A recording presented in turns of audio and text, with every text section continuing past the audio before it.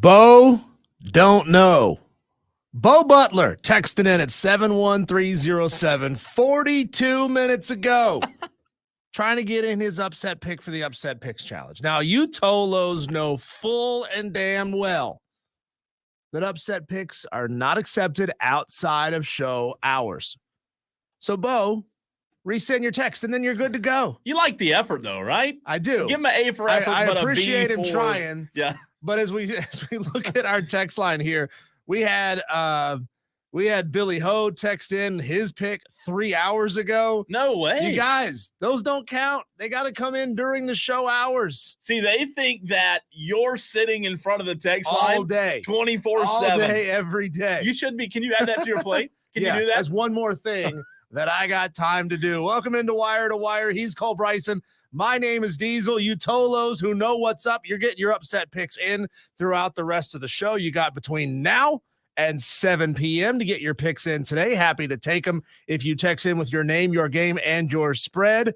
And we got a jam-packed show, number 115 for Wire to Wire with Let's Diesel go. and Cole Bryson. We got head coach's spotlight. How about Bennett Swigert, head coach of the Hillcrest Rams, going to be joining us in the very next segment on the show. We also have Furman head coach Clay Hendrix. He's going to be jumping on with us at 6 o'clock ahead of their first home game of the season, hosting Charleston Southern. What did they learn in that? What's the polite way to say shellacking that they took against Ole Miss? I would call that a difficult afternoon. Difficult afternoon's a good way to put it. You know, there's sometimes in life you just have to call a spade a spade. Yeah. And there's no other way to put that. You know, Stone Cold Steve Austin could probably put it mildly, but no, that's a tough one. You know, this interview is going to be, I mean, how do you dress up? You know, coach, you got beat by 405, but what'd you learn from it? You know? Yeah, that's going to be a tough one. But, hey, we're professionals, and we're going to get through it. Now, we love and appreciate our partnership with Furman. You know, when you look at what they had to face in week 1 of the season, an FCS team where a whole lot of guys had moved on due to graduation, you've got a new quarterback, you've got so much new stuff going on in your program, and you're facing a team with a gigantic payroll. You're unlikely to find a ton of success, but hey, good coaches can find positives out of negatives. And I guarantee that Clay, this is not the first time they've lost big. A team that he's coached or been on has lost big. They always learn something from these situations. So we're excited to have a chance to talk with head coach Clay Hendrix coming up at 6 o'clock. And they got paid. And they got paid a ton of money. Have we found out what that figure is? No, but you know, it's got to be up there. How many Taco Tuesdays could you attend for the amount of money they got against Ole Miss? It's got to be 800 Ks, right? It's got to be 800K to go up there and get – I mean, that is a powerhouse program. According to the Clarion Ledger, wherever that Clarion Ledger is, they walked out of there with a $500,000 check. I thought it'd be more than that. I thought so. I thought FCS, FBS – road matchups like that were all just paying out more than that, right? Yeah. I mean, I thought the floor had kind of jumped to $750,000. I'd do some bargaining if I was Furman. I'd be like, hey, to come up there next time, we got to drive to Memphis, and then we're coming back down the Mississippi from another state and driving back. Yeah, I'm gonna need $750 next time. Madcraft calls it a constructive butt kicking. I like that. Yeah, that's one polite, way to put it, right? That's one way to put it. Hey, there's a lot of teams that are going into their week 2 of the season with a statement on the line, an opportunity to make a statement. So that's what I want to talk about here in the very first segment of Wire to Wire with Diesel and Cole Bryson. Love to get your thoughts on this. Text in 71307. Start your text with keyword fan. You can always call us at 844-FAN-PHONE. The question I'm asking is, what message can your team send with their game this weekend? Some teams kind of can't, and that's the problem, right? There's teams that are playing back-to-back cupcakes, and you're not really going to tell anyone anything about you or who you are or what you can do in week number 2. But that's not necessarily the case for a lot of the big programs around here. So what you're saying is, if you win by 73, again, you're not saying a whole lot, right? So there you go. Let's start with the elephant in the room with Clemson. What kind of message can the Clemson Tigers send this weekend against App State? Tyler. That's a good question, and I'm glad you started there. The reality of it is, Diesel, and I'm sure you'll agree with this, there's more than one answer here, right? In a good way. I mean, let's talk absolute best case scenario, but at the same time, what kind of message could you send if App State came down to Tiger Town on Saturday? Real interesting. Or won the game. Yeah. I mean, what about a message? What message does that send? The thing about sending a message out of Clemson, you can look at it as easy to do or not easy to do. Presenting a united front is not that difficult at Clemson because nobody but Dabo is really allowed to speak to the media.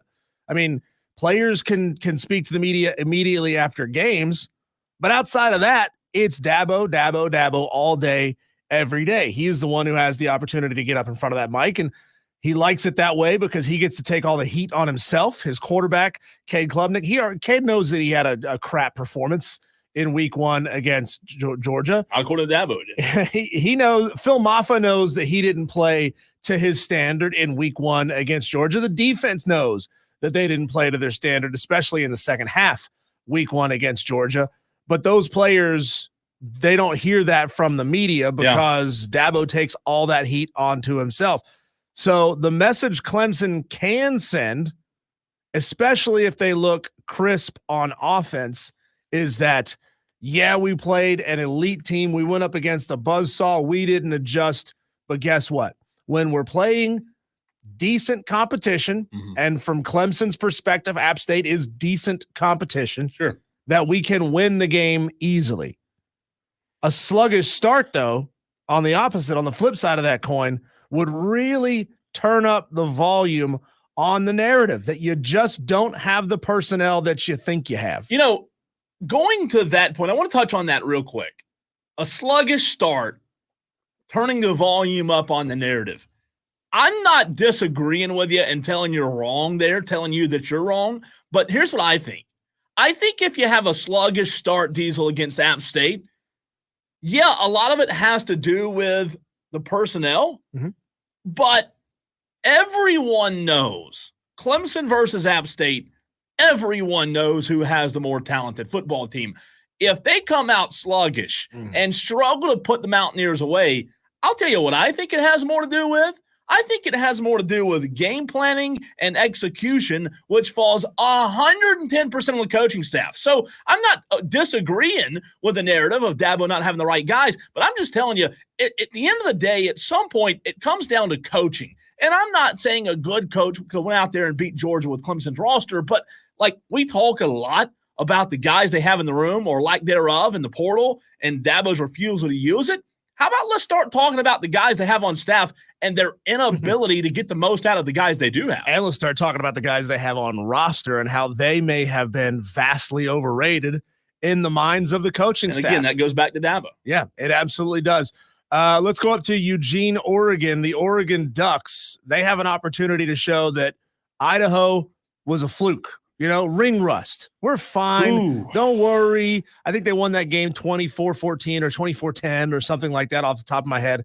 They host Boise State this week, who gave up a ton of points on the road against Georgia Southern, a team that just discovered the forward pass last year. The spread is 19.5. Oregon needs to cover in that game. They need to cover. They need to win this game 42-10. They need to kick the ever-loving crap out of Boise State, and they need to look really efficient doing it. There's no reason that quarterback Dylan Gabriel ought to be playing in the fourth quarter of that football game. And you're right. The score last week was 24-14 over Idaho in Eugene. No, it's not good. They play inside of a hollowed-out trash can. Well, here's the deal. Idaho. You talked about Boise State giving up a ton of points to Georgia Southern, and they did. However, Boise State scored. They did. Boise State lit up the scoreboard. I'm not calling for the upset. I'm just telling you, Boise State will be able to put up some points, in my opinion. I don't think they put up 30, 40 points, but they're going to put up some points on Oregon. I agree. This game's intriguing when you ask the question about what football team needs to send what message. Oregon, I feel like, is in a spot, and yes, there's a ton of pressure on Clemson Diesel, but Oregon's in a unique situation where they feel like they have to send a message this week, like to put that behind them, that the Idaho 10-point win over Idaho, to your point, was indeed a fluke. If they struggle with Boise State, there are major questions going into the rest of the season about a team that a lot of people predicted to win the national championship. So let's talk about the team that is 0-2, that has had everyone outside of Pickens County, South Carolina, scratching their heads as to how did we end up here. Florida State, they don't play anybody this weekend. They have a bye week. Oh, I thought you meant the ACC schedule. I mean, they somehow they could still find a way to lose in the bye week. But Florida State, I'm kind of torn on the message they can send. They could send out a statement, a video, something that says we're circling the wagons, we're not quitting. We're together, that kind of stuff. And I just don't know what's worse, putting out something that everybody knows is total horse manure, or radio silence. Yes. Silence. Radio silence could also say that they do have control of the locker room, and you don't have half the roster out there posting on Instagram and TikTok saying that being here in Tallahassee sucks, that our coaches suck, that our players suck, that our tradition here sucks, that our fans suck. You don't have that. You do see that from time to time, right? Where players will put their programs on blast. And I mean, maybe being able to keep all that contained and quiet this weekend is the best thing that can happen to Florida State. I think so. If you're Mike Norvell, in my opinion, you have to somehow, some way convince this entire locker room that, number one, everything's okay. And number two, putting out a message is the absolute worst possible thing that you could do. Yeah, you've got to put your head down at this point and go to work. Block out the noise. I saw a tweet yesterday. Or just put a bag over your head. Well, that works too. I saw a tweet yesterday that said Florida State is so down bad right now that after week 1, they're 0-2. After week 1, it's the only team that can lose twice in 1 week. In 1 week. That's how bad Florida State is right now. So, no, I don't think they put anything out. Listen, maybe that bye week came at a way better time than Florida State anticipated. I'm not saying they turned things around. However, they need to put their heads down, go to work. At the end of the day, they still have talent in that facility, on that roster. They're just nowhere as good as they thought they were. Talking about messages that some of the biggest teams around here, some of the biggest programs that looked a little off in week 1 can send in week number 2. Let's go to Columbia via Lexington.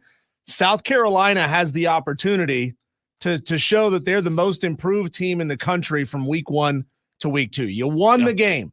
Ultimately, that's what matters, right? Lenore Sellers didn't look good in his debut, but very few quarterbacks do. Some are just that dude from week 1 as soon as they step out on the field. Some take a little more time to build up steam and ease into it. But that's the message that South Carolina certainly wants to send this week, to show that terrible performance against Old Dominion, that you needed 4 turnovers to come back and win that football game. That was also ring rust. That was also kind of shaking things off of a new quarterback, a new offensive line, new receivers, new running back. Everything is new at South Carolina. Everything is brand new, and it just needs time to get broken in. That's what the message, I think, is that South Carolina can send against Kentucky. The flip side of that coin, Cole, is that it's going to be a long year. Sure. That's the other message they can send. Yeah, to start with a negative, if they go to Lexington on Saturday and they don't get off the bus, yes, absolutely. The message that they're sending is the offensive line isn't anywhere as good as people thought it would be in terms of improving. The coaching staff, Dow Loggins, still a ton of question marks there. Shane Beamer, hot seat talks continue, spur back up, if you will. However, on the positive side of things, if they do go to Lexington and do knock off Kentucky as 10-point underdogs. I'm not saying this would be one of Shane Beamer's biggest wins ever at South Carolina. However, as a 10-point dog on the road, your head coach goes and gets that win. That's a big win. I don't care who it is in the SEC. So if South Carolina wants to send a message that week one was a fluke, I know you got the win, but if you watch the game, they didn't look good. Quarterback play didn't look good. They absolutely have the opportunity to really put their heads down. You talk about put your head down, block out, and always go to work. South Carolina, Shane Beamer, I don't know that they will have an opportunity in Shane Beamer's career to go make a statement as early against a winnable team. I'm talking about two teams that are particularly even, in my opinion. I think this is a huge opportunity. Some may look at it, Diesel, and say, this is going to be tough on the road, 10-point dogs. I look at it and say, man, this is an opportunity to put a ton of spark and momentum back into this football program. I think the word I would use for it is important. This is one of the most important this could be one of the most important wins of Shane Beamer's tenure, because right now his tenure hangs on the edge of a knife, right?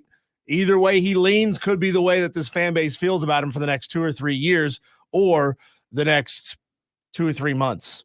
And that's where ultimately where South Carolina could end up after this week. I know that Madcraft was waiting for us to talk about Miami. He's already brought up attendance. He said if they could sell out the stadium against Florida A&M, which is something they have not done in a decade, that would certainly make a big statement that the Miami fan base is all back in, right? That's a fan base that has always struggled to sell out their stadium. Unless they're playing the best of the best, the Miami faithful don't come out in enough numbers to fill up their football stadium. That is certainly a statement that they could make. I'm looking at Miami to earn some style points this weekend. You hang a basketball score on Florida A&M. I mean, they are 2-0, but let's be real. It's against Norfolk State and South Carolina State. Both of those were one-possession football games.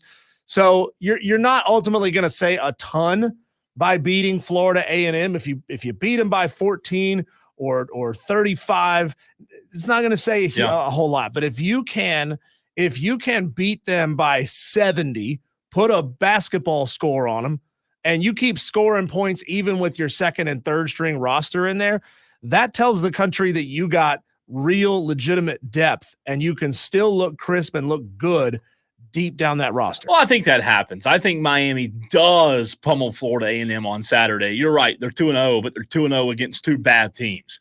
Miami will absolutely obliterate them. They should obliterate them. It shouldn't be close. It should be over at halftime. And you're right. The starters for Miami, they shouldn't play much into the second half, maybe the third quarter. But no, talking about sending a message, Miami, the message that they need to send this weekend is we're going to do something that we haven't done in a long time, and we're going to start being consistent, right? Miami has had good games here and there, but Miami needs to show America that they have the ability to be consistent. I'll run through two more very quickly. NC State, they can show that the hype isn't misplaced.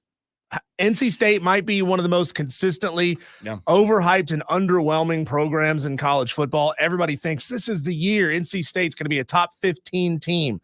Well, if they get their asses kicked against Tennessee, which I very much think is going to happen, it's going to show that NC State is nowhere near ready to compete against the best of the best. And then finally, with Michigan, they have the chance to make the statement that they are past the cheating scandal and that they can hang with the best. They play number 3, Texas at home, noon kickoff on Fox. I don't even think they necessarily need to win that game.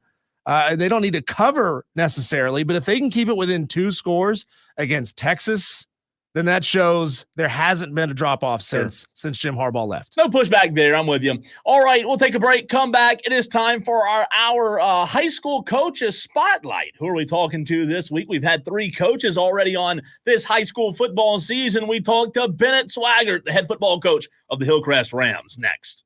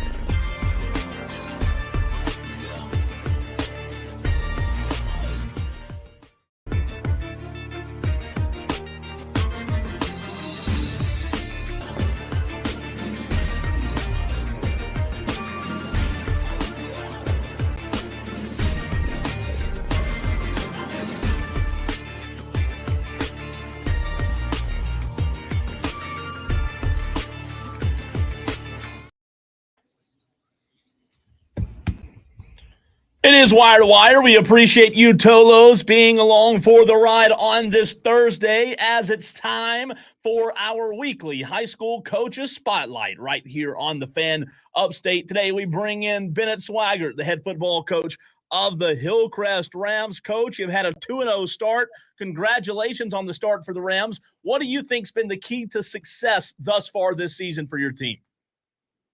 Man, a lot of preparation, to be honest with you. We got to work in January, and we've been approaching it, pretty intentionally since then, whether it be in the weight room, in spring practice, summer, 7-on-7, so on and so forth. So you might be seeing a culmination of many months of work, come to fruition. Bennett Swaggart, head coach of the Hillcrest Rams, joining us here on Wire to Wire with Diesel and Cole Bryson. Coach, good to talk to you for the first time. What did you see as the reason behind that offensive explosion from game 1 to game 2? You put up 16 points. Defense played excellent against Lawrence, shutting them out completely. And then you put up 55 points in week 2 against Clover. Was it a scheme thing? Was it an execution just got crisper thing? Or was it kind of all of the above? Yeah, a little bit all of the above. Touching on Lawrence real quick, they probably dictated tempo a little bit more we like. We had essentially 3 possessions in the first half. We score on 2 of them. We go into halftime feeling like we haven't done much offensively. Whereas at Clover, we probably dictated tempo and snapped it a little bit faster and managed that way some. And then we had a sophomore kid, Jackson Free, step in for his first start. So with all our reads and all that kind of stuff, Coach Johnson, our offensive coordinator, made it clear, look, any gray area, lean on the run game, lean on the offensive line in front of you, and let's make this thing manageable and let these older guys kind of take the lead. Coach, speaking of the older guys, what sense of determination have you seen from that older guy group, the guys that were on the team last year when you were able to make a big run in the postseason, knock off Burns at their place, and you continued to have a fantastic season just a couple of plays away from playing in the Upper State Championship? When you look at the guys that you have coming back this year, do you sense that they're still hungry based off of what happened last year?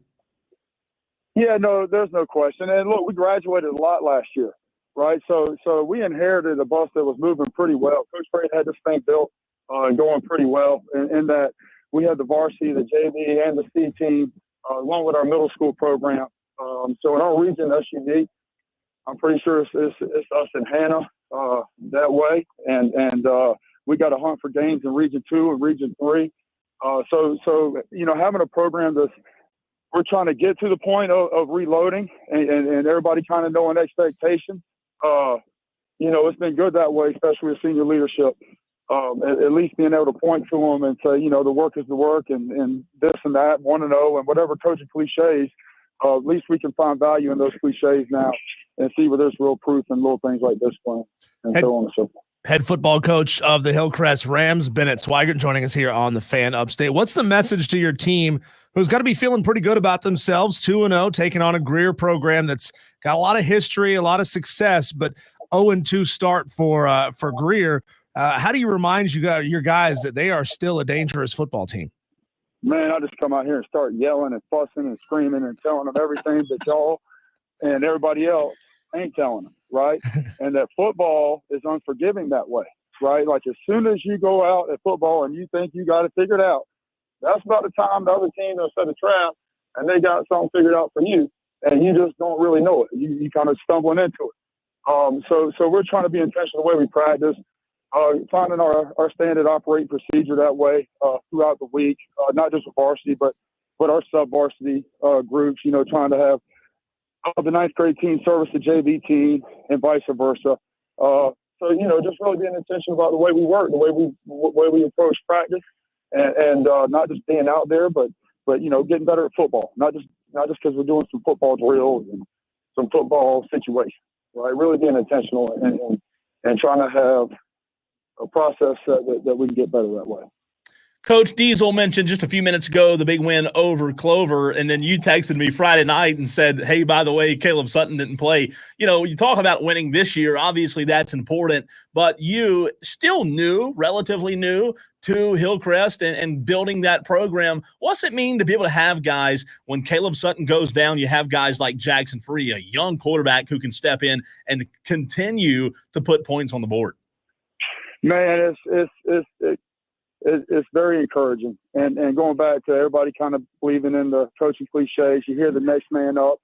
And it's one thing to say it, right? And it's the other thing when your guys a little banged up and it's non-region and there's a million reasons not to play him, but you kind of like, but he's still pretty good, you know. And there's a million reasons maybe not to go with the young kid and you know, maybe showing our team that we really buy into that next man up instead of just preaching it. You know, that might be a step program-wise, team-wise, that's encouraging to see. But at the same time, you know, we can't be too happy about everything, and we got to understand. Like I said, football's a unique game that way, and you can be humbled very quickly. Coach, who are the glue guys on your roster? You know, every team needs a few of them to hold the whole team together, to hold position groups together. Who's really emerging at this very young point of the season that you say that's the guy who's going to be the linchpin of this thing? Oh man, we got a bunch of them, man. Like so first of all, Caleb Sutton, the starting quarterback. You know, he's returning to us obviously last year after a great year and playoff success and playing a little banged up. Bryce Rainwater, I would say Bryce is probably as much Bryce Rainwater's team as anybody. Bryce Rainwater to me is the best kept secret in the state of South Carolina. He's committed to Furman. He's a really good player, so I say secret, but he's committed to a top D1, you know, university. But at the same time, man, that kid's really, really good.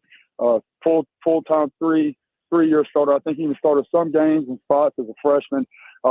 He manages our tempo of practice, right? When Bryce Rainwater speaks, everybody tends to listen because he don't talk a whole lot, but he's skilled in a way that he's also got probably the best three-point shot in school. So from DB to DL, when Bryce starts barking, everybody listens. Absolutely. We're talking to the head football coach of the Hillcrest Rams, Bennett Swaggart. Coach, when you look at 5A in 2024, have you gotten much direction or information from the high school league on how the playoffs will shake out? We know that now the non-region games do matter, right? That's what we've been told, as well as 2 new divisions when the playoffs arrive in 5A. See, that's why you got to be careful with your media guys, man. We're worried about Greer right now. All that other stuff is way outside my pay scale, right? Way outside my lane. I'm a guy that tries to tend to focus on my lane and the steps immediately in front of me. I ain't real smart now. That's why I just had to try, Coach. Just had to try. Yes, sir. Talking to Bennett Swaggart, head coach of the Hillcrest Rams. You know, Coach Cole always tells me that every Saturday morning he gets a text from a handful of high school coaches all over the upstate saying, I don't like how you talked about my team this week. I don't like that you made the pick against me this week. You know, just I want to give you an opportunity to talk about the resource that Cole Bryson's show is and how much you enjoy listening to that show as well. Man, hey, I enjoy it all. I'll be honest with you. On the right end, you know, that's one privilege I kind of get now in high school. I get to listen to more of you guys in the morning, maybe not the afternoon as much, but it's a pleasure to kind of hear you take on Saturday football, maybe not Friday football as much. We listen. But Cole does a tremendous job covering football. I'm a lower state guy. Hearing all the media attention around upstate football and all the coverage, man, it's amazing, to be honest with you. And we're all just really, really fortunate to have Cole, 97.7, and everybody else that covers upstate football, because everybody does such a tremendous job that way. Coach, that means a lot. I appreciate that, and appreciate you and what you do for the program. Before we let you go, the biggest thing that you have emphasized to your team this Friday night about this Greer Yellow Jacket football team? Man, it's always more about us, right? So we got to continue to protect the football. That might be one of those hidden stat gems that we didn't talk about.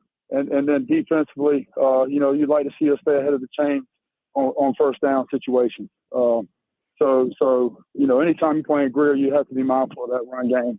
If you get out of gap, they can crease you and really hurt you. So we have to be disciplined. But like to see us win on first down, and offensively, like to see us execute. But at the same time, we have to protect the ball. It's a non-negotiable.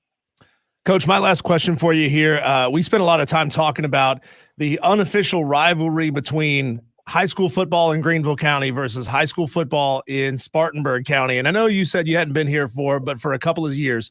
But I'd love to get your inside coach's perspective. What do you think it is the reason why Greenville football, the county of Greenville football, has really kind of started to taking over the head-to-heads in these matchups more often? Like, what's going on collectively across high schools in this county that's just kind of edging out Spartanburg so much more lately? Well, I don't know about all that now. Let's taking the lead and all that kind of stuff. Let's talk about maybe being more competitive on a consistent basis, and maybe some of those popping at the county's way. I can only speak for us. That sun will hit you every so often, even if you ain't in the best spot sometimes. So we need to focus more on each program and each coach focus on our own yard and our own grass, and grow high school football that way, because I think y'all do a good enough job talking about it. Coach, we appreciate you, man. Good luck tomorrow night, and we'll talk to you again soon. Yes, sir. Thank you, guys. That's Bennett Swaggart, the head football coach of the Hillcrest Rams. Diesel, he seems like one of those guys, if you're the player, right, and you're off subject, I mean, he's going to whip you in shape real quick. Bring you right back. I mean, he seems like a BS kind of coach. We tried multiple times there to get him maybe to throw a little shade this way or that way. He won't do it. Ultimately, though, that's the kind of coach you want, right? But what he said there, kind of reading between the lines, what he said on that last question of mine, is it just seems like there's more of an emphasis and more of a consistent focus on improvement in Greenville County. And Spartanburg County football as a whole may not be downgrading, may not be falling off or getting weaker.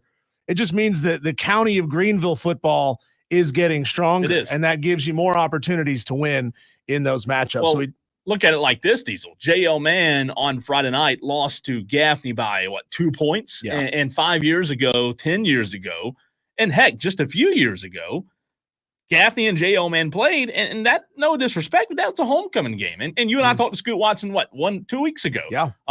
It's just, it's across the board. They're doing a fantastic job. Here's what I'll say, though. You have to have the resources, right? To Bennett Swaggart's point, you have to have the buy-in. When you look at Spartanburg County over the years and what's made them so successful at football, Diesel, is they've had support. Right? They have had support from the administration all the way down to the AD, all the way up to the superintendents. And Greenville County, I believe that not every school, but I believe that a lot of them are starting to realize that, look, we've got to have support across the board if we want to be competitive. And that's important, right? If you want to have successful football programs at the high school level, you got to have that kind of support from the very top to the very bottom. And Bennett Swaggart, man, he's an OBS kind of guy. I'll say it like that. He puts his head down, and that's why, in my opinion, you've seen Hillcrest be as competitive as they have been the last few years. Zenny on the stream, she's watching on Facebook, says high school and college football is so much more fun to watch and to follow than NFL. Well, Zenny, there's a lot of people around here who would agree with you. Yeah, I think so. And the NFL, we're going to find out in the 2024 season, can it be entertaining starting tonight with a huge matchup? Ravens at the Chiefs, Arrowhead Stadium. They're not going to be dealing with like blistering cold temperatures tonight, but that environment is going to be absolutely insane. I tell you, in my opinion, there's not two better teams to kick off the season. There's a lot of good teams in the league, but when you talk about kicking the season off, that's a good one tonight. We'll get into it a little bit later in the show, but I'll tell you this, man, this could be one of the better opening weekends in terms of the NFL that we've had. I mean, this game tonight, imagine if it's a Lamar versus Mahomes type where it comes down to the wire, both quarterbacks are absolutely tearing it up, and it's one of those who has the ball last kind of games. It very well could be. I'm telling you, man, I'm high on Baltimore this year. I like the addition of Derrick Henry. I know he's 30, but I still do like that running game.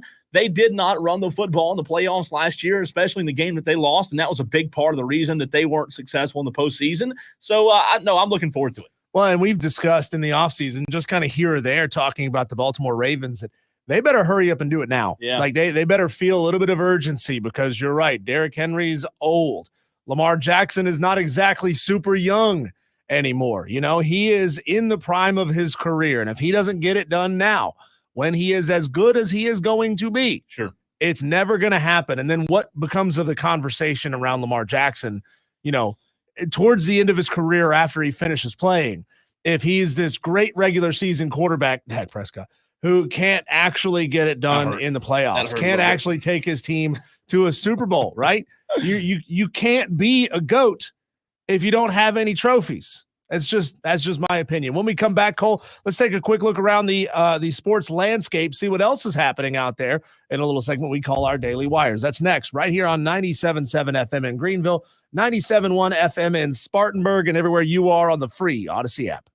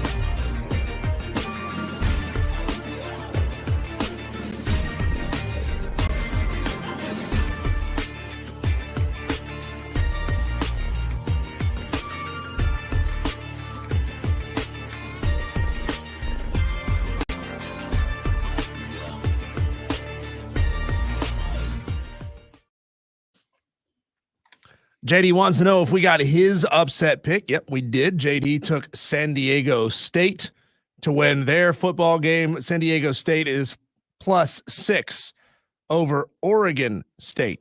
That's an interesting JD. pick. Yep, not a lot of people have made that pick. I believe Scotty from BMW took that game as well. Scotty, help us out here. We got a little note here.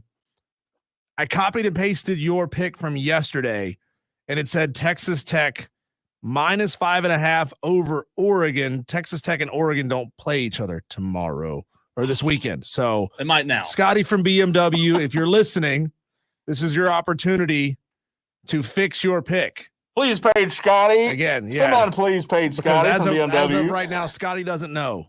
Scotty doesn't know. Whoa. Can somebody get BMW on the phone? Yeah.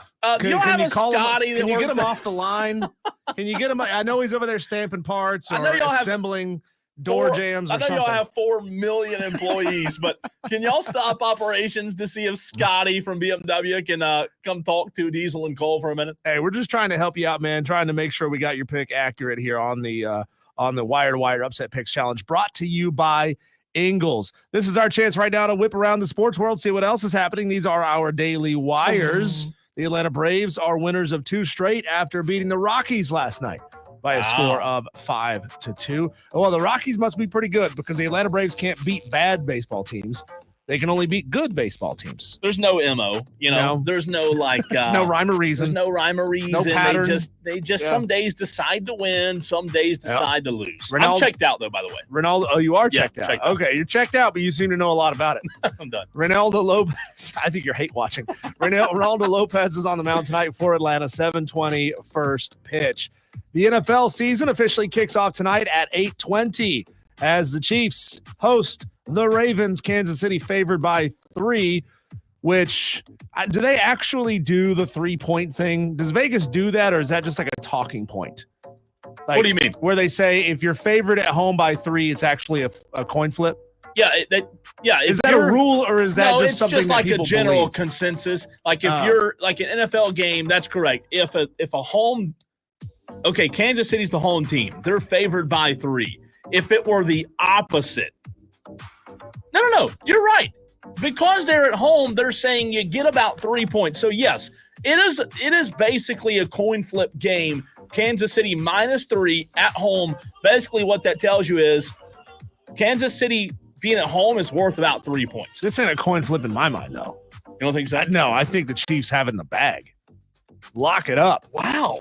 Let's see. Third baseman for the San Francisco Giants, Matt Chapman, has agreed to a new 6-year, $151 million contract extension. He did that late yesterday, keeping him from opting out of his current deal to reach free agency.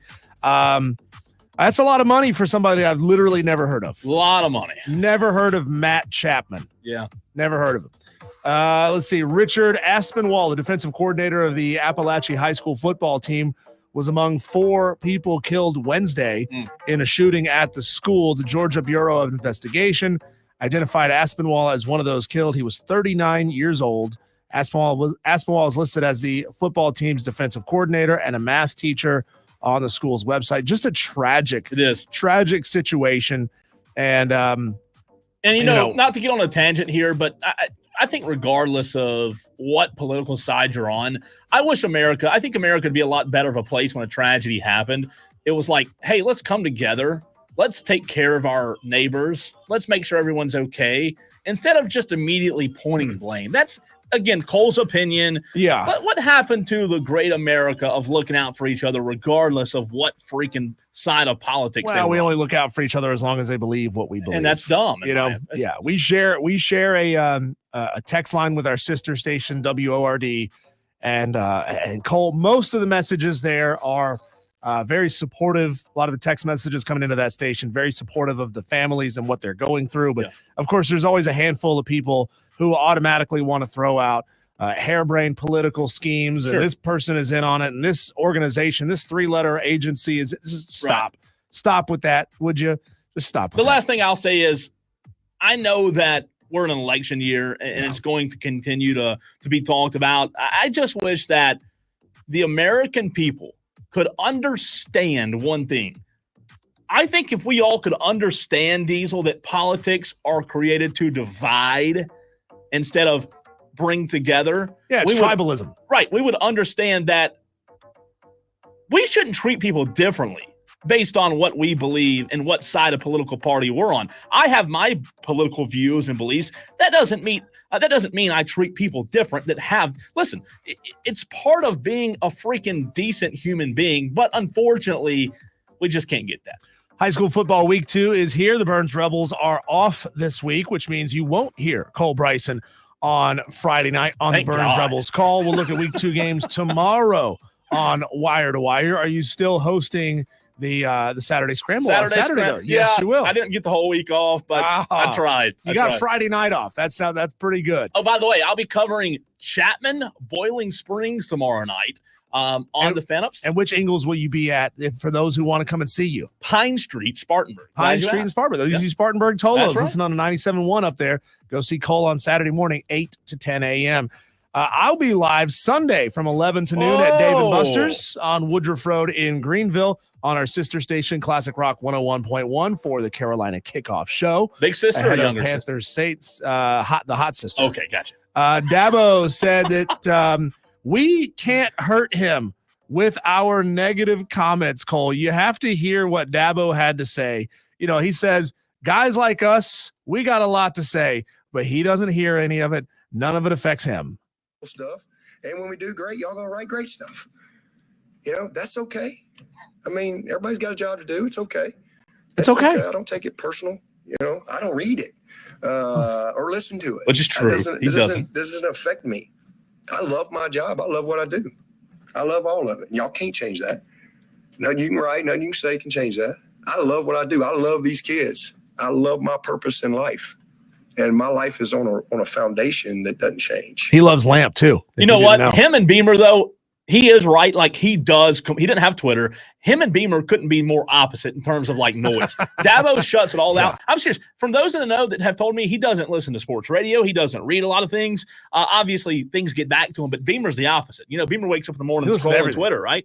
What are people saying about the fan base? Yeah. The Commanders have fired their VP of content for the past 4 years, one day after a video surfaced in which he made comments about the team's players being anti-gay. He accused Cowboys owner Jerry Jones of being racist and called NFL Commissioner Roger Goodell a $50 million puppet. Who pissed this guy off? He also criticized fans, called them mouth breathers. Good God. He woke up on the wrong side of the bed, didn't he? And finally, soccer great Alex Morgan has announced her retirement from the game. She also announced that she's pregnant, expecting her second child. She's going to play one more game on Sunday. That's it. All right. Guess what it is? Upset Picks Challenge. Time's ticking, guys. Time's ticking. Tomorrow is the last chance. We'll look at a few last-minute upset picks this weekend. If you hadn't done yours yet, if you hadn't entered the challenge, you can do so. We'll tell you how next.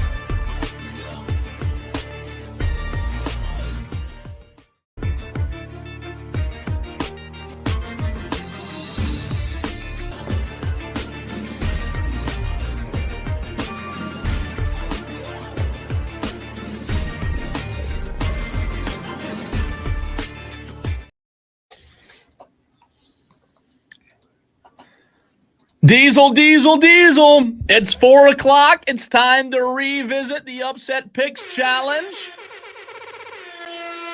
Brought to you by Ingles Markets. We love our friends at Ingles Markets. You should as well. We're coming to a city near you next Wednesday, right? Am I right on that? Next Wednesday, we'll be at Ingles? That's right. We're going to be at Ingles in Spartanburg. Wow. How about that? On Going the one back on to Warren the H. Abernathy Highway. All right. Yeah. So we appreciate Ingles. We appreciate the heck out of them. And listen, we ask that you show your appreciation this weekend by going and maxing out that card. We know that groceries nowadays, Diesel, they're not cheap. But guess what? Do it at Ingles.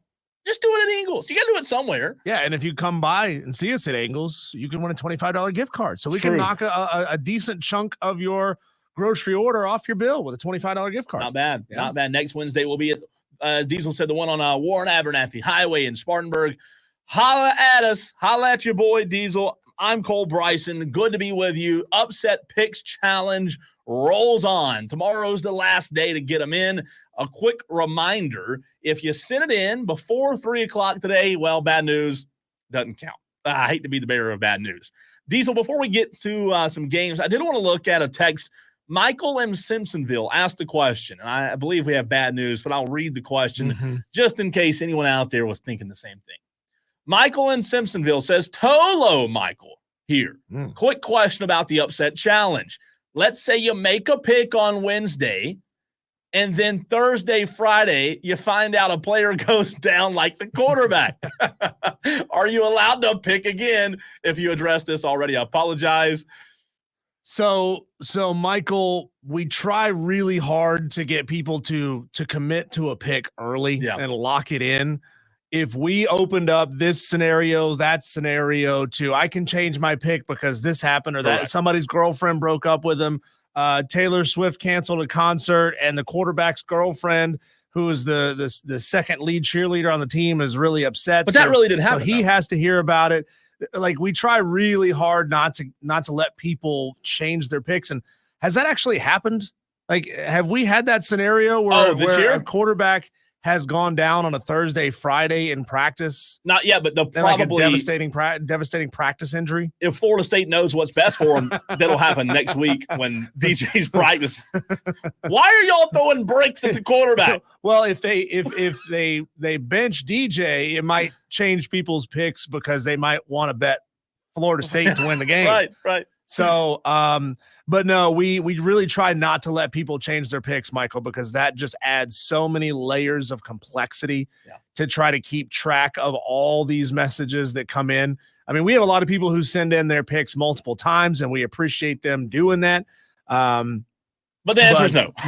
No, we don't let that happen. Greenville Gamecock just messaged in and says he wants his Gamecocks over Kentucky plus 10. That's the pick that Cole went with. Yes. We also have a little bit of housekeeping here to let you know about.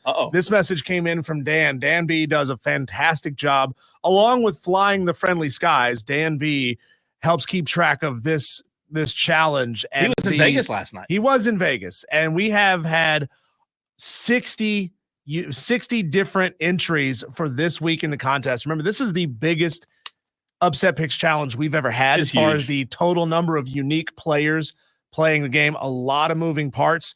And I got a message here from Dan that says he found a mistake on the graphic that we posted last week. All right. I'm not calling him out. I'm just letting everybody know who may see an adjustment to their score. This may affect some of you, but not all of you. Okay. He says he found a big mistake. All the week 0 winners got 10.5 points, but last week I marked them as 0 instead of -1. I'm not going to fix the graphic, but starting this week, they will all have 9.5 points. It doesn't change but a few rankings from this week, but moving forward, it won't matter. So he's talking about the people who got the Georgia Tech over Florida State upset pick right in week 0, but then got their pick wrong in week 1. And he's going to go back and make an adjustment to those Tolos who got your week 0 Georgia Tech Florida State pick right, but got your pick in week number 1 wrong. Yeah, as long as Dan doesn't miscalculate anything. Could he give me a miscalculation in my favor right now? Because I'm still sitting at 0. I mean, like in his day-to-day job, as long as the miscalculations are on the upset picks challenge and not how that plane flies, then we might be okay. But no big deal. What's up to my boy Frank Wagner? Just messaging. I know Frank. We used to play beach volleyball together. Really? He's taking Tulsa plus 7.5. Who are they playing? Who's Tulsa playing? I don't know off the top of your head. No, let me look. No, off the top of your head. So Frank is new to the game. I think Frank has played this game once or twice in the past. Do us a favor, everybody. Frank, you included. Give us the entire game. Make sure we know who they're playing when you send in your upset pick. Oklahoma. Nope. Cole read that wrong. You got me. I was ready to sing, man. I was ready to go. Cole read it wrong. Wait a minute. Let's check. This is why you can't trust what comes. All right, Bryson. Arkansas State. Mascot? Red Wolves. That's good. Yeah. That's good. Tulsa's a dog to Arkansas State. Arkansas State has sucked for like the last 5-6 years. They're 1-0. They beat Central Arkansas. Isn't that the team that's got the purple and gray field? Yeah, the Bears. Jeez. Yeah, the Bears. I know the purple Bears. All right, so let's look at some games. Before we do that, though, I do want to get to our Daily Dewey to see if we have anything interesting. 844-FAN phone, 844-326-3663. It's the Renewal by Anderson of the Carolinas fan phone. What's up, Dewey? Yes, I got an upset pick. Okay. It's going to be Appalachian State by 25 points over Clemson. That's going to be the end of Dabo. Dewey, I'm marking that down. I'm going to mark that down as an official upset pick. Are you going official with this? Yes. Specifically 25. I believe the spread is 17, but you can't get the 25. You can get the 17. Well, Appalachian State's going to beat them by 25. Okay. Silly. Well, you only need them to beat them by 1 to get 17. Well, that's true. You don't need the full 25. He's confident. We appreciate the confidence to it. Man, I'm telling you, if Dewey calls this thing dead on, 25-point win, I'm done. For I'm quitting my job. Dabo Sweeney is not making it back to his house with a job. No, 25. Oh, let's not even go there. That's Could you imagine the meltdown on Monday? Be bad. I would come in here with a cape on. Yeah. I would have a crown. I would have a scepter. Monday. Yeah. God, I would be intolerable on Monday if that happened. Sherb chimes in on the text line and says, give him Arkansas plus 8.5 over Oklahoma State. Love it. Hurst, give me Tulane over Kansas State. Hurst, we need the spread, the amount of points. I know we name, game, and spread. I know Hurst. We lock them in. We screenshot them, but it's part of the rules. You still have to Still have to do it. That way you can't just say, hey, give me Oklahoma. Yeah. And then some people will say, oh, I meant Oklahoma State. Yeah. Well, I meant Oklahoma School for the Blind. No, you got to be specific. So specific. All right. So Hurst, your pick will not count until you give us the spread in that game. Hurst, we need you. Brian Andrews says, give him San Jose State plus 6.5 versus Air Force. That's you know what? I kind of like that one.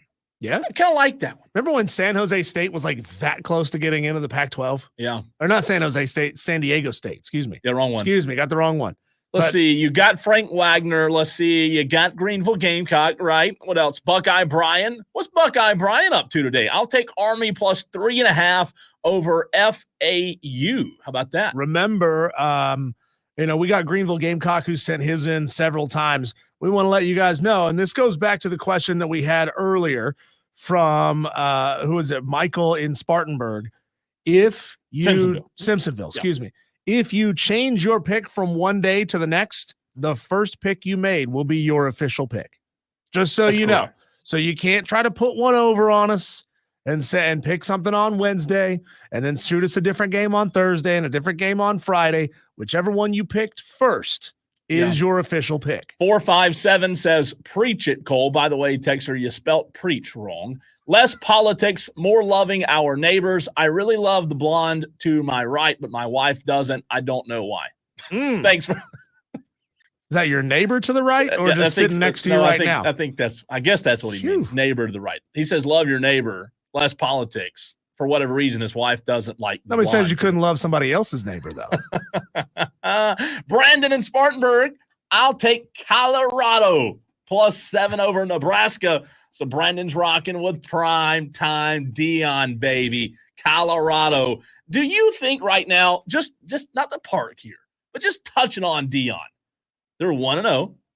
Do you have faith that Colorado could upset Nebraska on Saturday?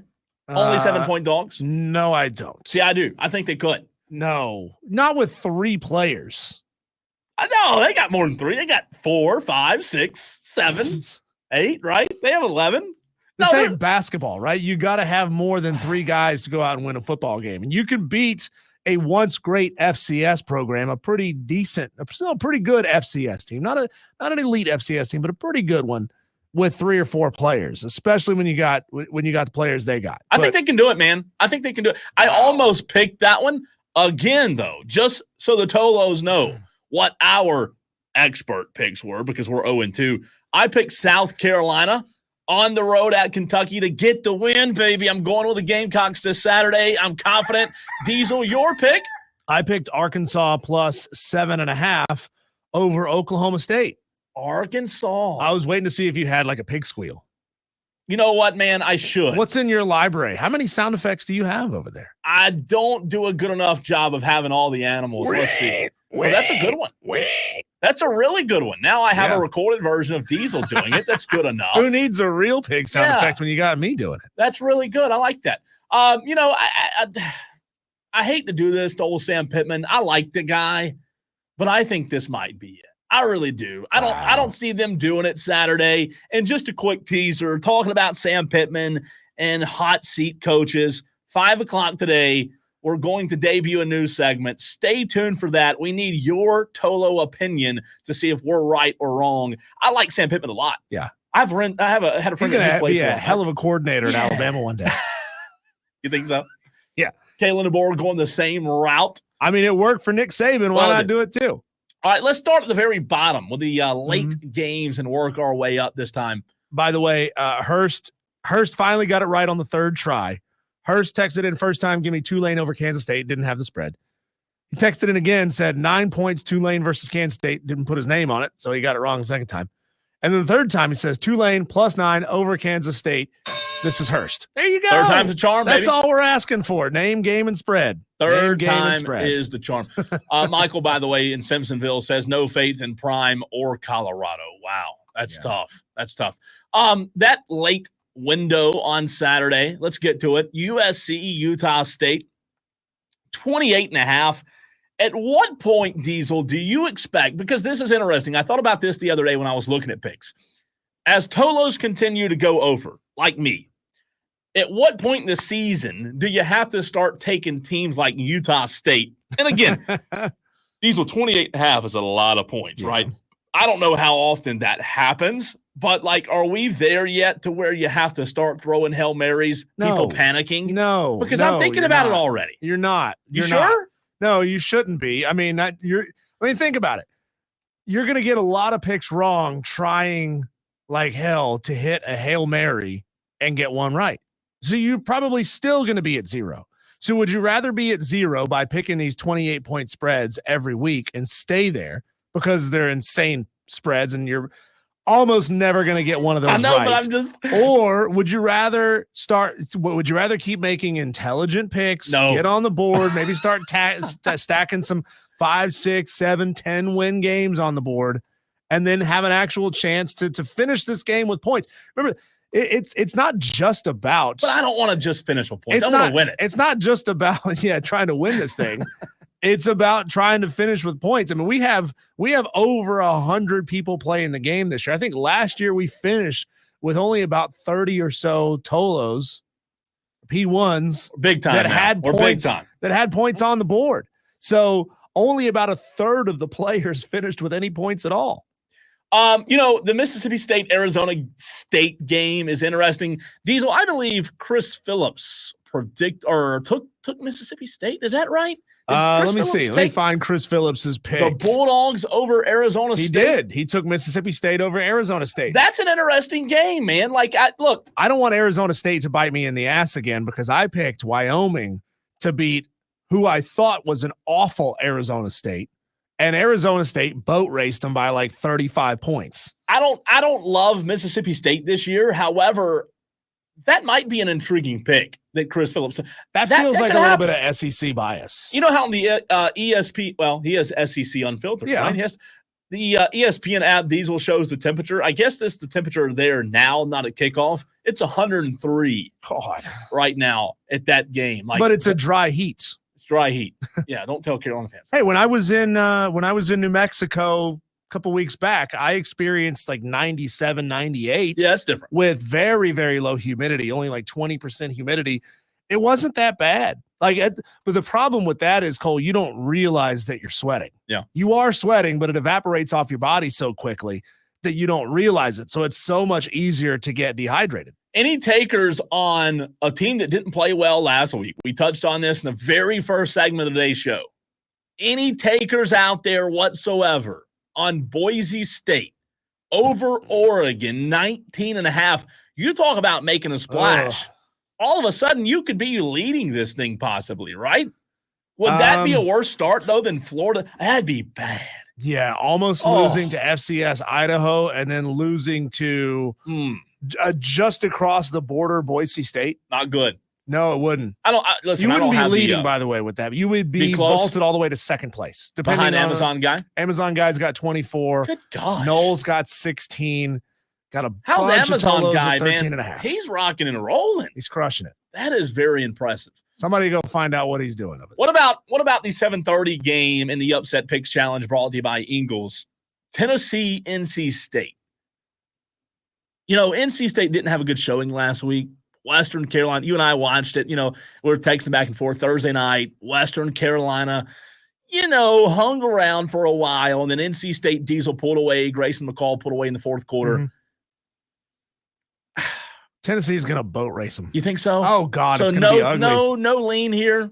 No interest? No, I mean, okay. I don't know how to pronounce Nico's last name because I've heard it about 5 or 6 different ways. Yeah, one of those is But it's not going to matter. Whether you pronounce it Iamalieva, Imalaluva, or I need a loofah, he's gonna put up 45 points on NC State. You said correct the last time. I need a loofah. Yeah, that's right.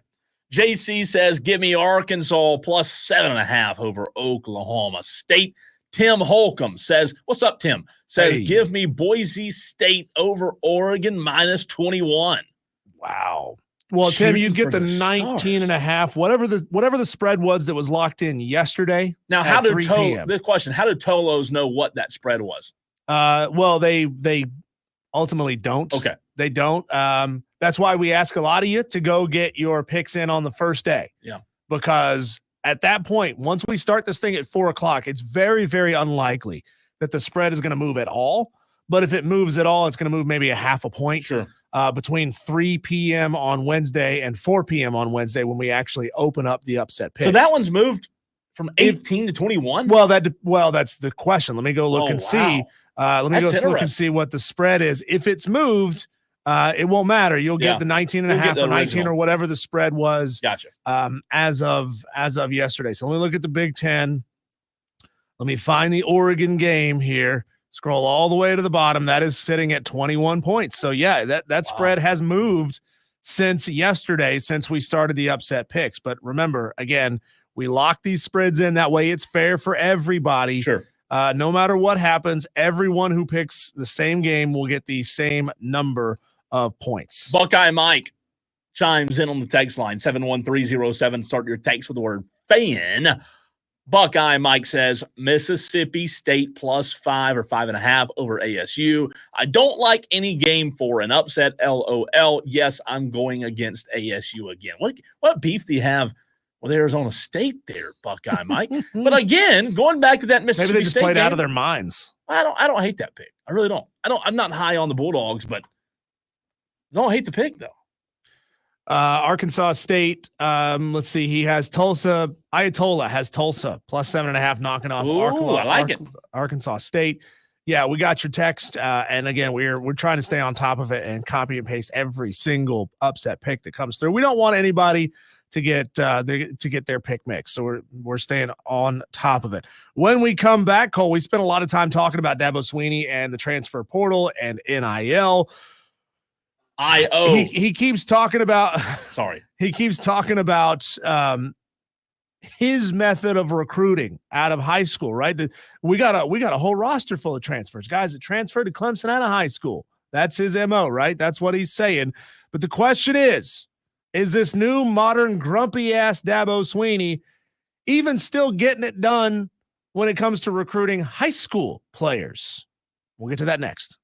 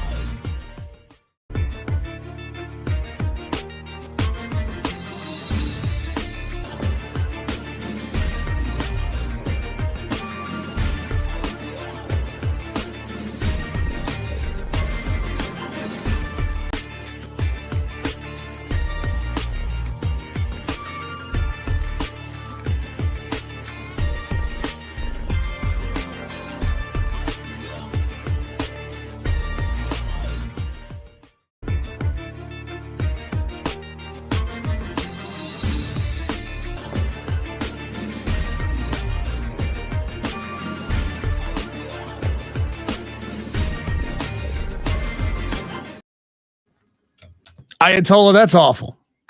Ayatollah messages in on the stream.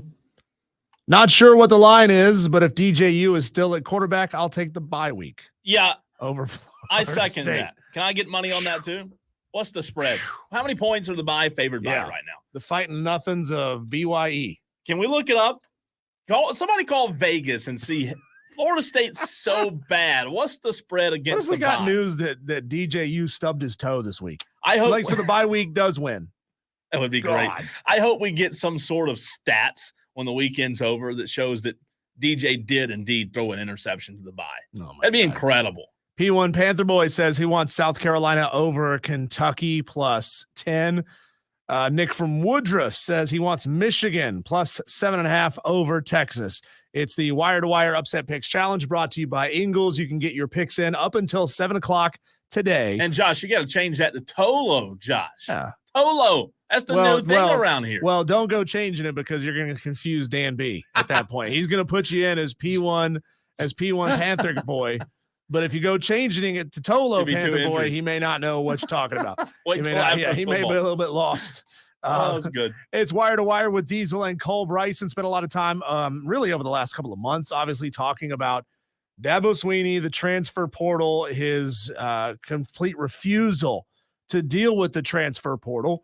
And what we are saying is Dabo's overestimation of his own ability to assess talent on his roster, to assess high school talent and to develop talent. There's an issue there in both assessment and in development. So I want to find out, is Dabo right? Is he crushing it in the transfer portal of high school football players from high school into the college ranks coming to Clemson, or is he falling behind there as well? He's falling so far behind in talent acquisition through the transfer portal because he is the steward of only one of 4 programs in college football who does not have a single transfer on the roster. The other 3 are service academies, and Clemson does not have a single transfer on the roster. So if you're not doing it through the transfer portal, you need to be doing it so much better than every other program when it comes to recruiting guys out of high school. You need to be getting more of them, and you need to be hitting on more of them than any other program in college football. Well, is he? Sorry to disappoint a lot of you. No. Well, he's not. Listen, I'll say this. To answer the question, you don't have to go look at recruiting rankings. You watch what's on the field. I mean that. Like, used to, we know that pre-portal Dabo Swinney had a very good pulse, Diesel, on how to get the best of the best in Clemson. And we've talked about it. You can talk about the portal all you want, and that's fine.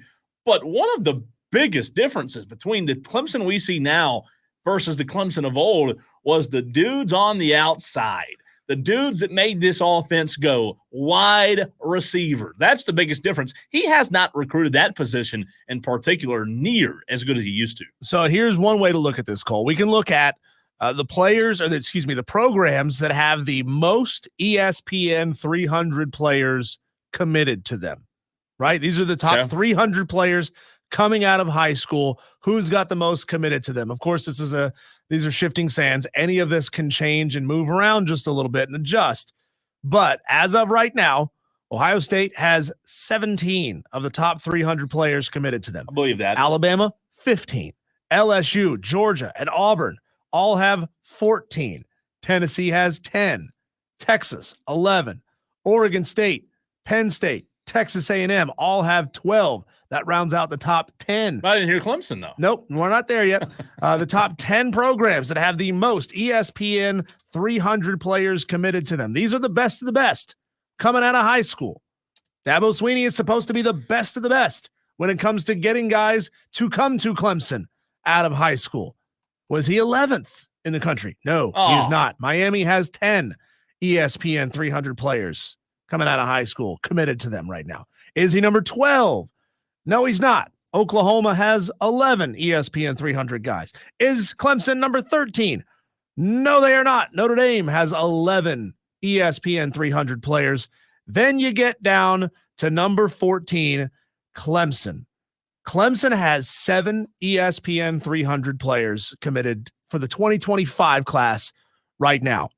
And on the surface, you Dabo apologists will say, well, 7. We got 7. That's pretty good. Well, 7 is less than half of what the best programs in the country have coming in.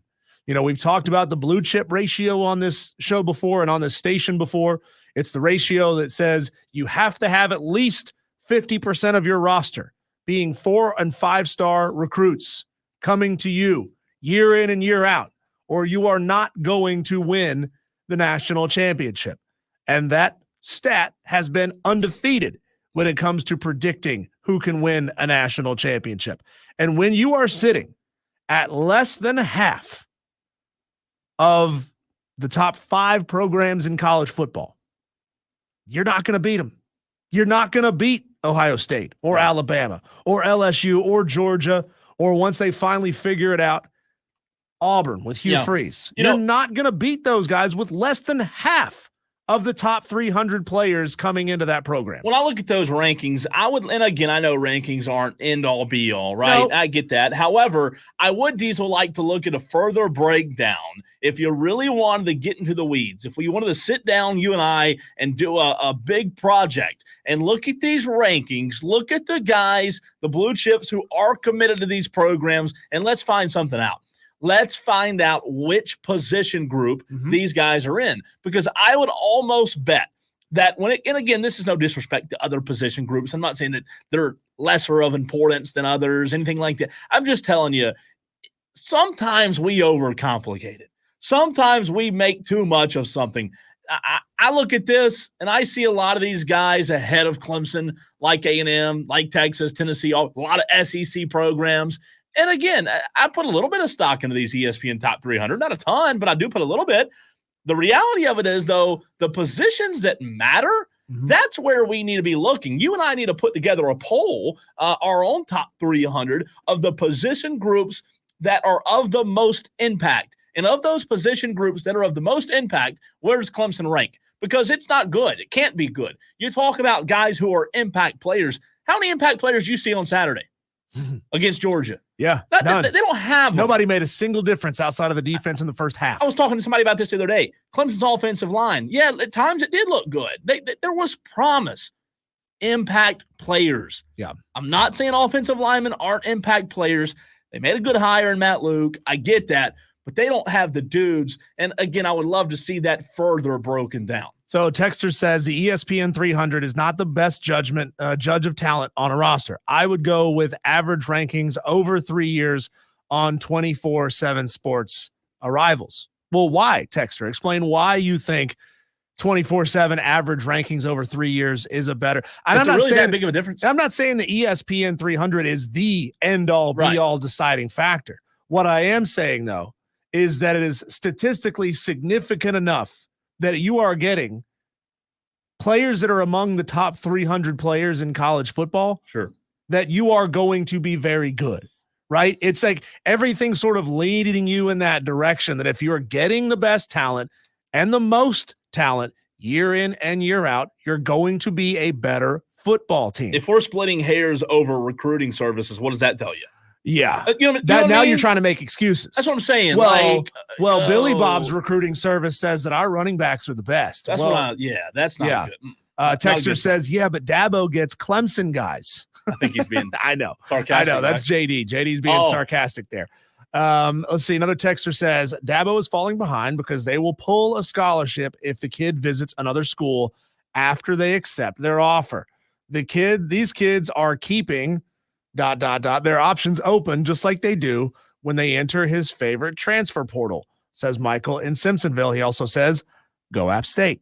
Well, I'm glad that this other texter here says, out of those 7, are any wide receiver or running back? I'm glad you asked that question, texter, because the answer is yes. Yes, Clemson has a very, very good running back commit, Gideon Davidson, out of Lynchburg, Virginia.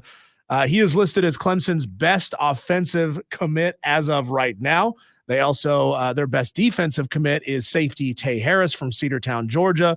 They are numbers 3 and 5 in their position group, respectively. So Clemson has the number 3 running back in the 2025 class currently committed. Again, Any of these things can change. It can change with Ohio State and LSU and Oregon and all them too. Texter says, second day I've been called JD. I'm not JD. Is that not JD? So wait, Texter, we try to remember phone numbers and we go by like the last 4 digits on a phone number. He's like, why would y'all call me JD? See, Texter, if you would sign your texts, we would be able to tell exactly who you are. You put Tolo and then your name. Yeah. Tolo. That's why it's Steve. we've only been asking people to do this for like the last year on the station. And what's right? Tolo mean for those that turn just it on, leave it on? There you go. It means turn it on, leave it on. You sign your text message. You give us a name. That way we don't make mistakes. Otherwise, we're in the middle of trying to do a live show. I'm trying to talk, keep up the pace, go back and forth with Cole, copy and paste upset picks that are coming in. If I misrepresent the last 4 digits of a random phone number, I'm sorry, but you got to give us your name. That way we know who you are when you're texting in. Cole, another interesting thing to look at here is among the top offensive and defensive prospects that are currently committed to the programs that are above Clemson in the number of ESPN 300 recruits currently committed, how many of them even listed Clemson among the schools that they were interested in? Ooh. And see, this is another stat. Not one of these stats is going to be the smoking gun that's going to say this is the reason why Clemson is falling behind. But when you combine all of these things, that's when it starts to paint a real picture. So how about this? Ohio State, number 1, most ESPN 300 recruits in the country. Their best offensive recruit, Tavian St. Clair, number 3 quarterback in the country, and didn't visit Clemson. Didn't even list Clemson on his schools that he's interested in. How about their best defensive commit, Naheem Oford, number 1 cornerback in the country? Yeah, he listed Clemson, but he didn't choose Clemson and he didn't visit Clemson. How about at Alabama? Best offensive player, number 5 offensive tackle in the country, Ty Haywood. Did not visit Clemson, did not post Clemson as an interest for him. Dijon Lee Jr., number 4 cornerback in the country, not interested in Clemson. LSU, best offensive player, Bryce Underwood, number 1 quarterback in the country, didn't list Clemson as an interest. DJ Pickett, number 1 athlete on defense. He visited Clemson, chose LSU. Georgia, number 1 tight end in the country, Ellis Williams, did not list Clemson as a school he was interested in. Their best defensive prospect, did not list Clemson. The number 1 offensive prospect at Auburn did not list Clemson as a school that he was interested in. The number 3 cornerback, Blake Woodby, he did list Clemson as a school he was interested in, but he did not visit Clemson. Yeah. David Sanders out of Tennessee, number 1 offensive tackle. He did list Clemson, visited, chose Tennessee. Their best defensive player, not interested in Clemson. Texas, best offensive player in the country, number 2 wide receiver, Jamie French, was not interested in Clemson. Jonah Williams, their number 1 linebacker in the country, not interested in Clemson. So these are the best of the best players coming out of high school, most of which, and I'm trying not to belabor the point, even though I tried to be thorough there. I'm not trying to belabor the point. Most of the top players in college coming out of high school football are not listing Clemson as a school they are interested in. Texter from the 618 says Clemson's main issue is that they don't have the guy quarterback and the guys at receiver. Trevor Lawrence covered up a lot of crap.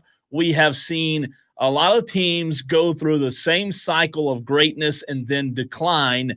Alabama under Nick Saban is the exception. And I do, while we do talk a lot about Clemson and Dabo, I do agree with that. We do talk other schools as well. Other programs have gone through declines. There are programs that would love to be where Clemson is. However, there's 2 schools that are in the same state that we're in, that we cover, and Clemson happens to be one of them. So if it seems like we talk Clemson a lot, well, there's a reason for that. We cover them, right? We don't cover Oklahoma State a good bit. I understand. I acknowledge that there are programs who have fallen off, and we don't talk about them. But, again, you live in South Carolina. We had a Tolo that says Tolo stands for turn it off, leave it off. Good one. Well, Tolo, how would you have known to turn it off, leave it off, and how would you have known about Tolo if you weren't listening to the show? I like it. Funny. Yeah, you're Funny. listening to the show. Funny texter. Good one. Good one. All right, when we come back, we'll look at tonight's game. Ravens, Chiefs, a big one in the NFL. Your thoughts next.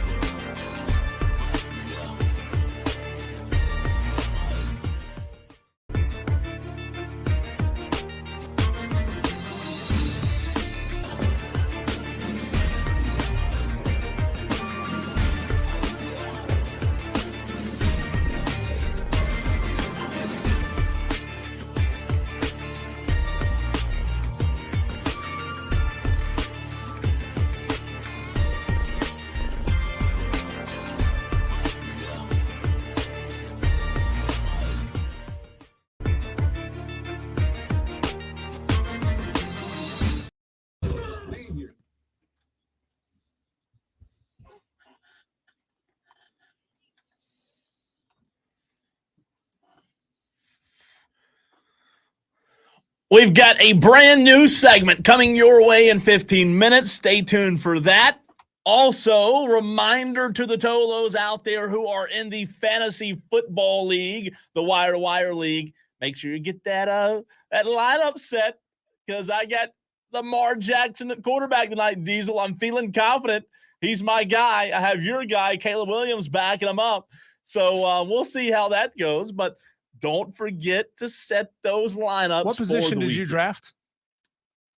Were you stuck with Lamar Jackson? No. I took Lamar willingly. Really? Yeah, I like Lamar a lot, man. Yeah, but who went off the board before you took Lamar? I don't think so. I think I took him early. Yeah, I'm a Lamar guy. Is he the first quarterback taken in your draft? He might have been second. Behind? Maybe Mahomes, maybe. I don't know. I can't remember. That was a long time ago. I'm surprised you didn't reach and go with Dak. No. Great in the regular season. That's good. Yeah, it's true. I mean, he puts up a lot of points. Wouldn't have been a terrible pick. Also, during the break, I got confirmation, Diesel. I'm looking at the message now on the screen. Booked tomorrow. On the show, Steven Garcia, former South Carolina Gamecock quarterback, joining us on the program tomorrow. That should be a lot of fun. So the former Gamecock quarterback, Steven Garcia, booked for tomorrow.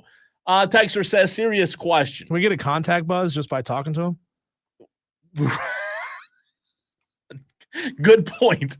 It's kind of like secondhand smoke. Is that right? Is that the way it works? I was talking about a little drinky poo. I know. Whatever.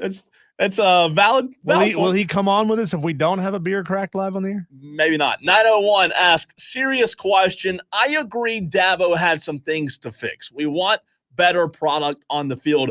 But if Georgia does this to Alabama or Ohio State or Ole Miss, etc., are we to ask the same questions and criticize just as much? That comes from Tiger Pal Rachel. Fair point. I understand this. Like I said a minute ago, we do have to understand that not everybody reaches success and stays there. Yeah. Clemson doesn't. I don't believe in whataboutism. Well, what about what they did to this team? What about what they did to that team? I'm not thinking about what they're going to do to another team. I'm thinking about what they did to you. Yeah. So if you're the kind of fan, I'm not picking on you, Tiger Pal Rachel. I'm just speaking in generalities here. If you're the type of fan who is checking the box scores against other teams to feel better about the ass kicking that you took in week 1, then you're focusing on the wrong part of the story. You're missing the forest for the trees.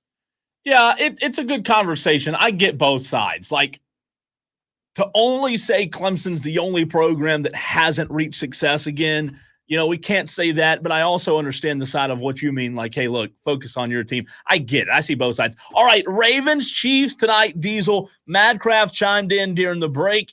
Let's see. His prediction was Lamar starts the season slow, throws a handful of interceptions tonight, gets negative fantasy points. I believe you're just saying that because he's on my team. Hater, certified. What are we doing? Are you kidding me? Justin on the Facebook stream says, how sad is Cole going to be if he doesn't place in either challenge? Oh, you mean the upset rough. Picks and the fantasy? That's rough. And that is rough. To Tiger Pal Rachel's point, then we can move on. Georgia didn't do that to South Carolina last year, 24-14. Georgia didn't do that to Auburn last year, 27-20. Georgia didn't look particularly great against Missouri, 30-21. So, yeah, I mean, if you want to look at what they're doing against SEC teams as a balm, a salve that makes you feel better about getting boat raced in week 1 when you were as healthy as you were going to be going into that game. I mean, hell, they only beat Georgia Tech 31-23. Yeah. All right, let's get to tonight's game. Chiefs, Ravens, who do you Tolos like tonight? 71307. Start your text with the word fan. Let us know who your winner is. I think this is going to be a fantastic game. Kansas City favored by 3 at home.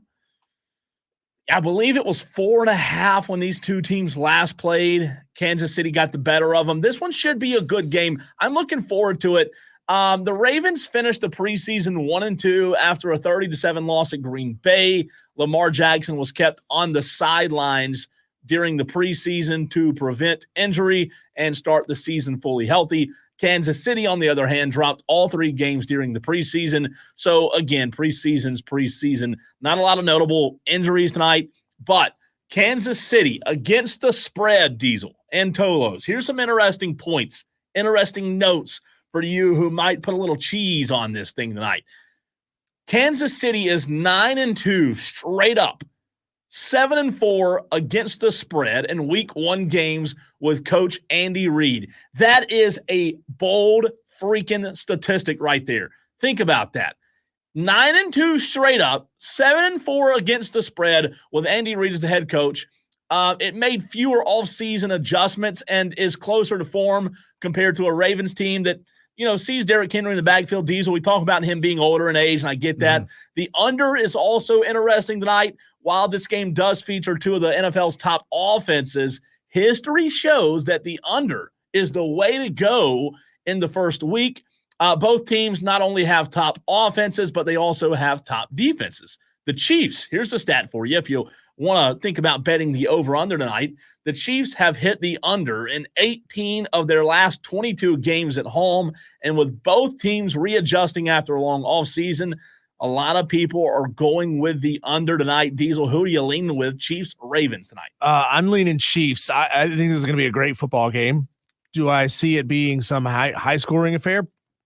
I'd say middle of the road, maybe something in the range of a 24-17 type of football game, but I'm going with the Chiefs to win it. I mean, look, you got a handful of teams in the NFL that are drawing all the best talent, and they're able to keep those guys around. They're able to, they'll do whatever it takes to keep their best players on the roster, not like what the Carolina Panthers do. They love to just fire sale the best players they got away from the team, but the Kansas City Chiefs and the Ravens, they're just the best of the best at doing what it is they do. There's a handful of teams that can keep it going year in and year out, can keep that consistency. You move one or two players in or out, but the core of the team stays the same. And that's why these two teams are consistently at the top of the game. Yeah. I'm going with the Chiefs to get this one done at home. Taylor Swift, I'm sure, is going to be there. I'm sure we're all excited. If not, can we get a live cut in to the broadcast? Oh, there will be several. Every time Travis catches the ball, can we just superimpose Taylor's face on the ball? I'm interested to see from the Chiefs standpoint, after Tyreek Hill went to Miami, it seemed as if the Kansas City Chiefs did not even skip a beat. I'm really curious to see how Rashee Rice does for Kansas City. A very bumpy offseason, as we all know, solid rookie campaign, but then his name was in the headlines for the wrong reason during the offseason. They've talked about how good he's been development-wise this offseason. So against the Ravens tonight, who is, by the way, have a very good defense year in and year out, I think Rashee Rice can be a guy to keep an eye on. He could be a difference maker if he's ready to take that next step. But I'm going Ravens tonight. I'm going with Lamar, Harbaugh, Derrick Henry. Wow. Give me the Ravens on the road to open up the 2024 NFL season. When we come back, Cole, it's time for us to throw something brand new against the wall and see if it sticks. When we come back, we'll play Welfare Check on the Fan Upstate.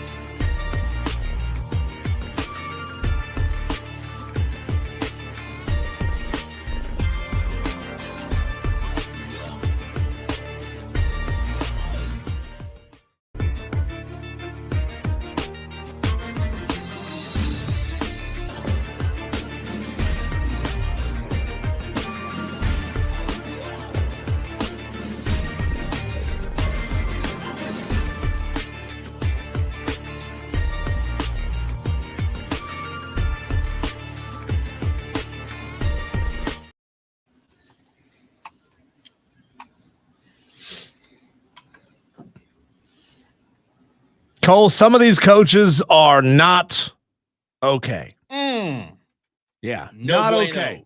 On a brand new Thursday segment, we're going to try this one out, see if you guys, you Tolos, like it. Hit us up, 71307. Start your text with keyword fan. Let us know how you feel about this new bit we're doing here on a weekly basis. Welfare check. We want to check to see if some of the biggest and the hottest names in coaching are doing okay. Are they still at home? Right. Are you guys, do you still have a home? Have they been locked out of the building? I like it. This is welfare check. We're going to rank some of the biggest names in coaches 1 to 10 on a scale of how cool or how warm their seats are. We're going to add some new ones throughout the season. Maybe some of these will fall off the season, right? Yeah. Surely very, very good we question. won't upset anybody when we do this. Yeah. You would think not, but you're right. College football, NFL as well. Welfare check time. Finding out if these coaches still have a home, how hot is their seat, or have they had the for sale sign put in their yard? We want you to play along as well. 71307. Start your text with the word fan. Again, that's 71307. Phone lines also open during this segment. 844-FAN-PHONE. That's 844-326-3663. Diesel. There are some that I will be honest, I will admit, very first week of us doing this, I didn't think we'd have two in particular that are on as hot of a seat as they are. And boy, when you talk about hot seats, you got to talk about Mike Norvell. You got to talk about Billy Napier. Which one do you want to start with? I'll start with Mike Norvell. And I'm going to say that Mike Norvell, on a scale of 1 to 10, is sitting right now at about a 4. Ooh. A 4 on the seat hot scale. 10 means you're getting fired any day now, right? 1 means you are completely safe. Mike Norvell had a phenomenal 2023 season, right? And things are not going well to this point. But, you know, I mean, like, fans will still hang on to that undefeated regular season from 2023 and say, we know we have a good coach. We know he can put things together. Maybe this year is not going to be our year. It's not like you're going to have to deal with DJU for long. He's going to be gone by probably the middle part of this season, and you'll never see him touch the field unless it's mop-up duty again. So I'm with you on DJ. What's fascinating, though, is when we're doing welfare check on Mike Norvell, 4 might be a little warmer than I thought you'd go there. Really? I mean, 4's pretty warm. Like, no, you go 5, and all of a sudden you're getting 50-50. Teetering towards getting fired. So here's the deal. Now the fan, I mean, I'm looking at it from a fan perspective, I am too. Not a management perspective. So I'm trying to push back. I'm trying to disagree with you on Mike Norvell. Mike Norvell being a 4 out of 10. I'll say this: him not making the college football playoff last year wasn't on him. He has nothing to do with Jordan Travis going down with an injury. However, when it comes to Mike Norvell, I don't know. When it comes to the administration of Florida State, I don't know how they look at that in terms of last year's success and not making the playoff. And then what do you do to follow up on that? You come out in 2024 and you go 0-2 to start the season. You can't look at that. You can't examine and evaluate and think, oh, I believe in this guy. So I'm trying really hard to push back and disagree with you. But you know what? I'll go 4 as well. I'll go 4. I can't disagree with you. There's no way that you can come up with excuses on the season start that Florida State has had going 0-2 and losing to the teams they have. There's no excuse for that. Madcraft says Mike Norvell without Jordan Travis is awful. He caught lightning. That's all it was. So he's saying this is Jimbo and Jameis all over again. Jimbo and Jameis all over again. Well, of course, Madcraft would say that. You're a Miami guy. He's a Miami guy. Okay, again, I want to hear that again. His record without Travis is awful. He caught lightning. That was, again, trying to disagree with him. What was Jimbo's record without Jameis at Florida State? Not good. It's fascinating. I really do believe that Mike Norvell's a good coach. However, boy, you've got to do something that shows some sort of life quickly. I think it would be fun to track this over the course of the season. Yes. And see how we feel about this a couple of weeks from now. Yes. See if they've moved. See if we feel like their seats cooled off a little bit. Yeah, that's the welfare check, man. Yeah. Mike Norvell says a texter. This comes from the 618. Texter says, Mike Norvell has had one great season and 3 bad seasons, and he's going to be bad this year. You live by the portal, you die by the portal. Notre Dame Nate coming in strong. I like that, Notre Dame Nate. You have to be judged from consistency. And if we don't see consistency after one really good year, I'm with you. I'm trying really hard to be Team Mike Norvell, but man, they have not been good this year. And again, you're right. Without Jordan Travis, what kind of coach is he? So I'll go 4 on a scale of 1 to 10. You go 4 as well. Mm-hmm. Billy Napier, this one's fun. I mean, do you want to spend 3 hours on this next one? Oh, God. Billy Napier, who do they play this week? I mean, could they have an opportunity to get Billy Napier fired by week 2? It's happened before. Diesel, that would be horrific. Yeah. Samford. Okay, well that's I hope. Good God. If you're tied at halftime with Samford, you may not be helping your cause out. I'm saying Billy Napier right now is sitting at a 6. Oh. Diesel says Billy Napier briquettes. 6 out of 10. See, yep. I'm going 8. I'm going 8. I think he's hot, man. I think it is average 7. The way that they lost Diesel to Miami last weekend, I think the seat right now is so hot. I think Florida fans rather have checked out. I think it's over. And then yesterday he comes out. I don't know if you saw this. He's taking shots at the fan base yesterday. Did he ever get that water bottle open, or did he have to get a new one? I think he's still trying. I know 8's high for like the second freaking week of the season. Here we are. It's only September the 5th. But Diesel, I believe it. I believe that it's 8 out of 10. I don't know if Florida has ever been in as bad of a situation. Oh, and by the way, you had a good coach in Dan Mullen who had one bad year. You let him go. Idiots. You made a bad hire. They thought Billy Napier would be the instant upgrade. He had one bad year. Do you realize that? I mean, do people understand back-to-back 10-plus win seasons that Dan Mullen had in his first 2 seasons? And then he has one bad year, and you got to go. Like, come on. They just thought Dan Mullen's ceiling was going to be 10 wins. You know, they looked at Dan Mullen like another Mark Richt. And what'd you give him, 3 years, 4 years? Yeah. And this is Billy's third. Second. Yeah, I was going to say second. It's a twitchy fan base that's ready to pull that trigger. Oh, God. Really fast. This one's going to be fun to track because I'm starting at 8. I don't know. It's a scale of 1 to 10, but you can't go higher than 10. At what number of fan base fervor do we think administration has to make a call? So it's a great question. I'll tell you Does this. it have to get to a 10? No, I don't think it has to get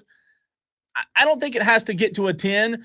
Diesel, here's what it all boils down to. When you talk about Billy Napier, there's a difference in being pissed and being $51.8 million pissed. Yeah. Whatever his buyout is, it's close to that. I'm not exactly sure what it is, but I'm telling you this. There's a difference in being upset and being so upset that you're saying, okay, write the freaking check. If you got enough money in that donor base, it may only take 2 or 3 phone calls to raise that $50 million. No, I mean, you're right. Okay, let's see. The hottest coach in the SEC signed through 2028, Diesel, on a deal he first inked in December of 2021, worth $51.8 million. Let's see. His buyout for the 2024 season, $26.7 million, good for 85% of his salary for each year remaining on his contract. So, again, how pissed are you, Florida fans? Are you pissed? Or are you $26.7 million pissed? Because there's a big difference. Yeah, and let's not act like these coaches are being, ostracized, or these coaches are being put into an unfair situation. Yeah, you only get 3 years to get it figured out. But if you don't, you still walk away with, 82% of your gigantic salary. So these guys are walking out of there. They're pulling that golden parachute. Sure, they got a little shame on them. They got a little stink on them. But hey, that's why you go join Kirby Smart's staff. Used to be you went and joined Nick Saban's staff. Yeah. You'd rehab your image, and then you get another job in the same conference. Texter 344 says, I completely agree. Cole firing Dan Mullen was the worst thing they could have done. Now they are in this trend of firing every 3 years. It's a dangerous place to be. It is. It really is. Texter 618 says, watch Swamp Kings last night on Netflix, and Tim Tebow should be the coach of Florida next. Texter, that is a great documentary. Like it really is. That's a fantastic documentary. So, again, I go 8 out of 10. Diesel goes 6 out of 10. This one's touchy. JD, by the way, on the stream says, I like having stank on my fingers. Ooh. That's disgusting. Wash your damn hands, JD. Justin on the stream, Diesel says, largest hospital system in Florida is connected to UF. There's a lot of money in Gainesville. Yeah. I think Again, I don't know about the hospital system, but no, there is a lot of money in Gainesville. That's the whole point. I know we haven't gotten to it yet. Do you think Clemson fans could afford Dabo Swinney's buyout? Do you think the alumni could afford it? Not do they want to, could they afford it? That's a tough one. How many phone calls would it take? A lot. A lot. A lot. I think so. I really do. Okay, going to a guy that we may, Diesel, get some pushback on. Just a few weeks ago, you and I got attacked by upstate Buckeye Nation. I want to ask the question. Yeah, really. I want to ask the question just for the fact of you and I I'm going to get attacked here, and I'm okay with it. I want to see where Buckeye fans have Ryan Day ranked when we're doing the welfare check, seeing if Ryan Day's still home. Scale of 1 to 10. He has not beaten Michigan in what feels like a million years. However, I asked the question, is there any heat on the seat of Ryan Day? Ryan Day is sitting squarely at a 2 out of 10 on the warm scale on his seat. Ryan Day is just fine. And this year is going to be the year that Ohio State embarrasses the crap out of Michigan and starts a trend. Think so? Yeah. Yeah. Sharon Moore, I mean, he's got to prove himself. He's not there yet. He's got to show it. And I mean, but then again, if you're Ryan Day and you lose to a Sharon Moore-led Michigan team, then we're jumping you up to about a 5. So I'm with you here. I like Ryan Day, even as someone who has had their team beaten by Ryan Day in the past. I get it. People around here don't love. I mean, he's kind of like one of the Dallas Cowboys. You either love him or you hate him. I'm a Ryan Day fan. I think he's a very good coach. I think he's a heck of a recruiter, Diesel. However, the expectations that Ohio State has, they're sky high. Yeah. And to your point about Michigan, they've got to start beating Michigan. There's no doubt about it. But I'll go 1. 1. I will go 1 on Ryan Ice Day cold. hot seat. Ice cold. Yeah, I mean, again, it's conversation. It's a conversation, but I don't think there's enough. Oh, my. Buckeye Mike, are you kidding me? No way. You can't believe this, Buckeye Mike. We just got a text on the text line from Buckeye Mike, who, by the way, is a Buckeye fan. 6.5 for Ryan Day? Are you kidding me? There's no way. Buckeye Mike must think that Ryan Day constantly sits at a 5 and can shift anywhere between 3.5 and 6.5 based on what he said this morning. That is rough. 6. Jeez. Buckeye Mike, but please have your program be stupid enough to fire Ryan Day. Yes, 100%. And then Clemson can fire Dabo Swinney and hire Ryan Day. If you just tuned in and wondered what the heck's going on right now, we're doing a new segment called Welfare Check. We're checking to see if the hottest coaches in college football are at home or if the for sale sign has been placed in the yard. Diesel says 2 for Ryan Day on a scale of 1 to 10. I say 1. Diesel, this one's going to be fun. Next, the one, the only, Shane Beamer. 1 to 10. This is his 4th season. Is that correct? This is his 4th season. 4th season. Not a great win-loss record. Behind Dabo Swinney's at that point in his career. behind Will Muschamp at that point in his career. Bringing that up always chaps Gamecock fans' asses. Why are you so mad at facts? A fact is a fact. I don't care about context. A fact is a fact. Shane Beamer in my mind, Cole, is as of today sitting on about a 7. I think he's sitting on a 7. Gosh. Yeah, because we already have a lot of Gamecock fans who are very quietly starting to turn on Shane Beamer. They're starting to realize, as much as you loved him, as much as you appreciate the rah-rah welcome home stuff, and I get it. It feels good to buy into that. You're starting to understand that results have to matter. They have to. They do matter. And you're Shane right. Beamer does not have the results. And when you look at how they started the season in a disappointing, ugly start against a team that you should have beat by 30, and then you look ahead at the schedule that you've got, you're staring into a deep, dark well, and you don't necessarily see any light all the way down there at the bottom. There is no light at the end of that tunnel. I think Shane Beamer's sitting on a 7. Diesel's coming in hot. Yeah. Shane Beamer sitting on a 7 when it comes to the welfare check on the home of Mr. Beamer. 7 out of 10. That's pretty hot. I'm going to turn, before I give you my answer, I'm going to turn this back on you. At what number does Ray Tanner get involved on a scale of 1 to 10? Oh. Does it have to be a 10? Yeah. Ray Tanner's a coach's coach, and he's not going to make drastic moves. But I think there's a chance. I think there's a very real chance that this thing gets up to about an 8.5, 9 by the end of this year. Ooh. And at that point, does he feel like he has to make a move? I cannot wait. It kind of depends on who's available. Yeah. Right? If Ohio State, who was the texter who said Ryan Day, Buckeye Mike, if Ohio State fires Ryan Day this year, I mean, that's when you pull the trigger and you say, Ryan, we'll give you anything you want. Anything. Listen, we'll buy you a spaceship. All of a sudden, with you telling me that it's a 7, I cannot wait for South Carolina, Kentucky. I cannot wait. I want to know so bad what yours is going to be if they were to lose or win, man. I can't wait. Tolo here says Shane is at an 8.5, 9 on his scale. Wouldn't shock me if either of them were fired halfway through the season. Getting a ton of text on this on the text line. This following text to that says, USC fan here, I never liked the hire.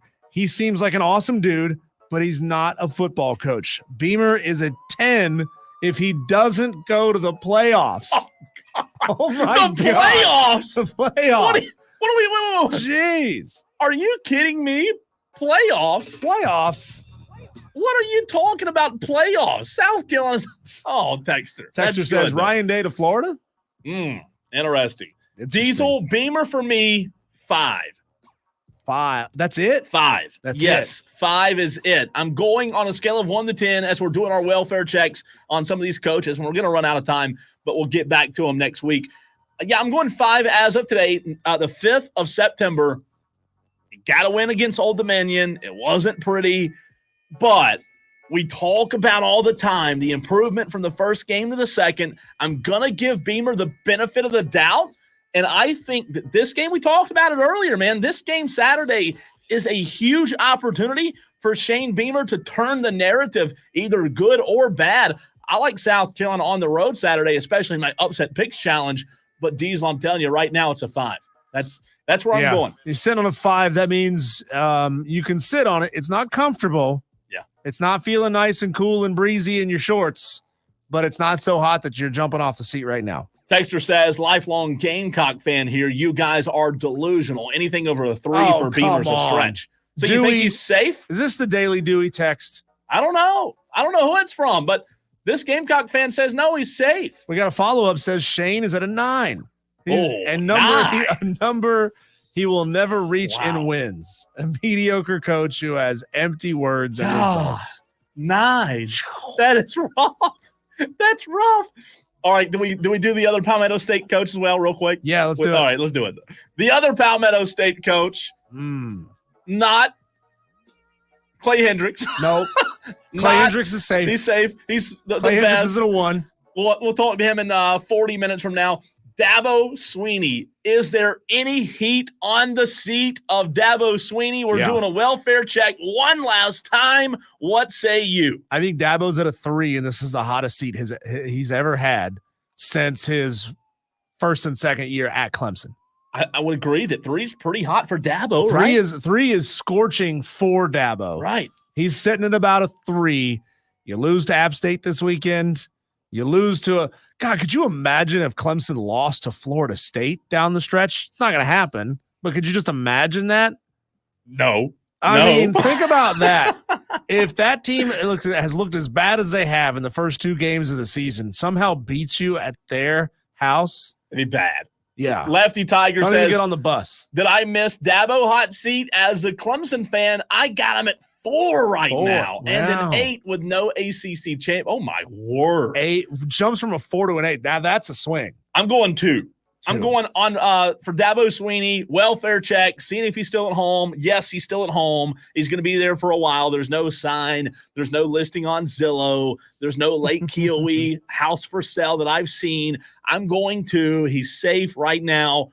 But you know what is important to remind the Tolos? This is subject to change every single week, right? And we'll keep up with it. But I'm going to.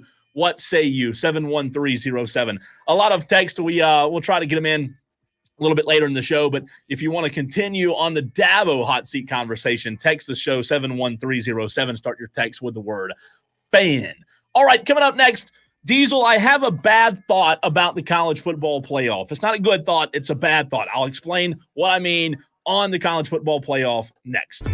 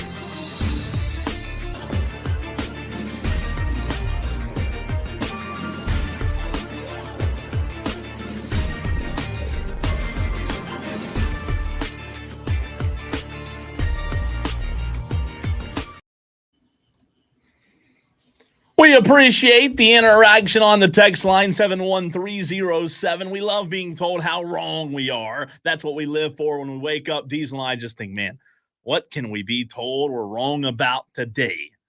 Let's do radio. Fantastic interaction. Yeah, one of our friends down the hall who works on another station came in and said, I could do 4 hours on sports talk radio. He said, get ready to be told that you're wrong about everything every day. I absolutely love it. Good stuff on the welfare check. Also, I did want to get to a comment in the stream from a Tolo. Let's see if I can find it. It was from Justin. Justin asked, when will the Tolo takeover be back? Well, next week. Also, programming note, because of our relationship with Ingles and the love for the 5 o'clock fight, little teaser, it may not be completely gone. Just a little teaser. Like little teasers, man. Some more opportunities for me to wipe the floor with you. Oh, incoming. That's not good. That's not good. We might have to rethink that. Might have to rethink it. 71307 is the way you can get in touch with us. He's Diesel. I'm Cole Bryce. You can also tweet the show. I am at the Cole Bryson on Twitter. He is at Diesel on radio. I have a bad feeling, Diesel, and I want to know. Bad feeling. I do. I really do. I was doing some thinking this morning, and that's never a good thing, right? When this old brain starts thinking a little bit, but I was doing some thinking this morning, and I want to know where you stand on my bad feeling. I also want to know from the Tolos, turn on, leave on. That's what we ask you to do on Wire to Wire. Turn it on at 3, leave it on until 7. Am I off on this? Because if I am, it's okay. I want to hear your feedback. I want to get your reaction. But I've got a bad feeling about the college football playoff. I know that the college football playoff being expanded, Diesel, added a major spark to the very beginning of the season, right? It added excitement, anticipation. People were talking about it. There was a buzz. We couldn't even get through College Game Day without it being talked about a million times, right? But I have a bad feeling about how it ends. I did like the excitement that it brought at the beginning. Here's where my concern is. Of the top 10 teams in the country, 5 right now are in the SEC. 4 are in the Big Ten, and 1 is Notre Dame. So again, of the top 10, 5's in the SEC, 4's in the Big Ten, 1's Notre Dame. My belief, my thought, and I want to hear from you. You can alter and change this sport all you want, Diesel, but the ending will be the same as it always is, in my opinion. The rich are going to stay rich. The poor are going to stay poor. I don't see this playoff ending any different. I don't see in a 12-team playoff a Liberty, a Houston, or a Utah being able to line up 4 times against the big dogs of the SEC. I just don't think it happens. So I love the excitement that it brought, but the end result, that's what's concerning me. Yeah, but that's what makes the expanded college football playoff beautiful, is because we're deciding that on the field. We're not letting a committee of people who think they know football, and there's some very smart people in the room, right, who have the ability to consider an awful lot of factors. They have a ton of data. We don't want them telling us. We don't think a Utah has what it takes to go toe-to-toe with the best of the Big Ten and the SEC 4 times in a row and go win this thing. Because then we'll never know, right? Like, we may find out that is absolutely true. Or we may find out that a particular year Utah team, to stay with that example, is just so good that they do have what it takes to go on a run and make that happen, right? I don't like people deciding for me what my options and my choices should be. I'm with you there. I agree with that. I don't push back. I do agree that it should be decided on the field. However, the question is, and you said it, what happens if it's not any different? What happens if we see, let's say, what do you want to say, 2 to 3 years of sample size and the result is still the same? I'm curious to the fact of, if 2 to 3 years down the road, Diesel, we're seeing the same results, are we still having the same excitement at the beginning of the season as we did this year? Yeah, because then, what makes the college football playoff beautiful, the expanded playoff, is that every team in the country, regardless of whether you're in the SEC or whether you're in the Conference USA, you have a clear, direct, and definable path to making the college football playoff. Everyone knows exactly what it is you need to do to go win this thing. You got to be a conference champion. Yeah. Conference champion in a Power 4 league, automatically in. Correct. Best group of 5 champion, automatically in. So you got to go win your conference first. That makes every regular season game matter. Sure. You got to be the best in your conference. And then outside of that, you do need a little help if you're at the G5 level, right? If you are a Liberty and you've got the dead last strength of schedule in the country, but you're out there beating everybody by 5-6 touchdowns a game, well, it's showing that you're a pretty good football team against some bad competition. So then you're saying, okay, well, how do we define the best team in the group of 5? Now we're kind of in the same boat we've always been in with the 4-team college football playoff. We're trying to decide, do we think a 1 or a 2-loss American Athletic team is better than an undefeated Liberty who beat everybody down by 40 points? Yeah. And that's fair. That is fair.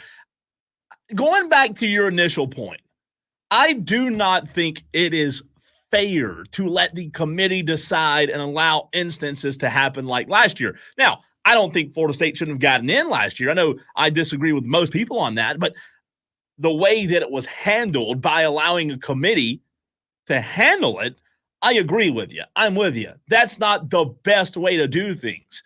I don't know. I have major concerns. I have major concerns that the hope that these schools have is a false sense of hope.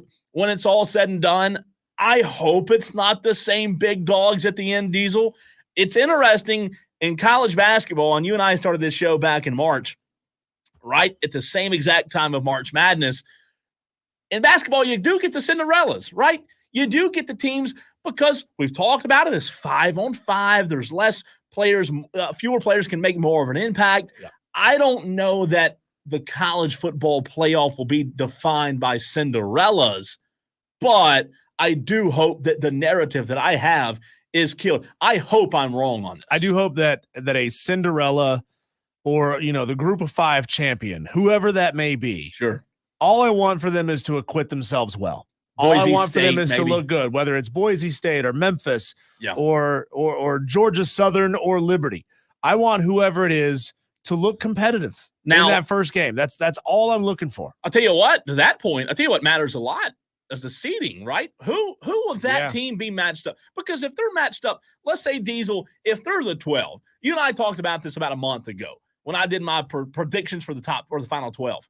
If the G5 highest ranked team is number 12 every year, and the 12 plays how many teams have a bye? 2 or 4? So if the 12 plays the 5, I don't know if that's exactly how it's going to work or not. But it'll be the best team that did not win their conference championship. So that's probably an SEC conference championship loser. Yeah, so now you're Liberty going up against Texas. That's now my point. Boise State going up against Alabama. That's where I'm worried, man. Yeah. And I think I even asked you the question, how many years will it take for one of those G5 teams to win a playoff? The seeding, if they played a 9 or a 10 or 11, maybe it concerns me. There's a lot of concern. And it's intriguing. I love the excitement. Let's see. Texter 803 says the college football wasn't expanded to let the G5 win the Natty. More teams equal more money. Here's my biggest concern. Okay. Is that the SEC and Big Ten's superiority gets codified, which means they bake it into the rules that the SEC and the Big Ten get more spots guaranteed in the college football playoff. Ooh. So, because then once that gets codified, once that becomes a rule, it becomes very difficult to undo it. I could argue it already is. I mean, it probably already is. You know what I mean? It probably is. And it's certainly not helping. that Florida State has looked like buns this year. It certainly has not helped that Clemson looked like buns against Georgia. It certainly has not helped that the great white hope, the great white hype from these lesser Power 4 conferences, the Big 12 and the ACC, have not looked like world beaters, right? The ACC needs more than anything to have 2 or 3 programs come back up and take spots away from the SEC and the Big 10. Now, fans already believe it, and it takes decades sometimes to change fan perception, right? I mean, there's people who believe the SEC East was the superior division long past the time when Florida was winning national championships. And there's people who would believe, if they hadn't undone the rules, that the SEC West was by far the superior division of the SEC long past any of them winning national championships. Or it doesn't matter how many titles Georgia won. People would say, well, yeah, but the SEC West is deeper. Sure. It's a better, so that takes a lot of time to change fan perception. But my concern is that Greg Sankey and the Big Ten commissioners, that Tony Petitti, that they will exert their power and probably on-field dominance in the 12-team playoff to say, well, why are we even giving the ACC a second bid? Why are we not codifying that the ACC is a one-bid league? And then you just take their playoff spots away and don't ever give them an opportunity to get them back. But I'll argue this year may be the year they have a point. Like if Clemson falls on their face. But that's my concern is that people allow one year of sample size or 2 years or 3 years. And that's not long enough. Right. No, I'm with you. That's not long enough to say, here's a clearly defined trend. And this is just the way college football is. It's my same concern about the G5 champ. What if a couple of years from now, 5 years from now, the G5 hasn't sniffed a win in a playoff game? Most of the time they're going to be a 12 seed and they're going to be playing a 5 seed, which will be a Georgia, an Alabama, a Texas, somebody like that. And if they don't sniff a win, what if they just flat out change the rules and say, guess what? We're taking away your access to the 12-team playoff. That's what concerns me under a small bit of sample size, making drastic rule changes that will affect the game for a long time. And I like the conversation on the stream, on the YouTube stream. I'm reading the comments now because we've talked about the big dogs. If the big dogs are the best teams, I hope that's what we have at the end. SEC and Big Ten will get more teams in because it will be deserved. I'm with you there. I don't push back. At the end of the day, I want the best teams as well, right? I think that's what we all want. But the concerns are there. I really hope I'm proven wrong. And I want it to be because it's earned, not because it's in the rules. Absolutely. Right? I want every team to have to go out there and earn it because as of right now, every conference is on equal footing, right? What you got to do to get in. Yeah. And then after that, it's a crapshoot in the hands of a committee. Quick question for you. And this thought just hit my brain. Should there be more respect or a higher ranking for the highest ranked G5 team so that it's not always the 12? Well, do I think the G5, are you asking me, should the G5 always be the 12 seed? I don't think they should. I think most of the time they will. Because once you start talking about the number 11 team in the country, once you get down to that point of the conversation, you're still probably talking about a team that is better than an elite Memphis and elite Boise State. Yeah. And in most years, the best G5 teams in the country, they'll get up there to 12, 13, 14, 15 in the rankings, but very rarely. I can't remember any time that I've seen a G5 crack the top 10. It's never happened. Not in my mind. No, I don't think so. Not recently, at least. When we come back, Cole, we'll take a whip around the sports world, do our daily wires once again on the Fan Upstate.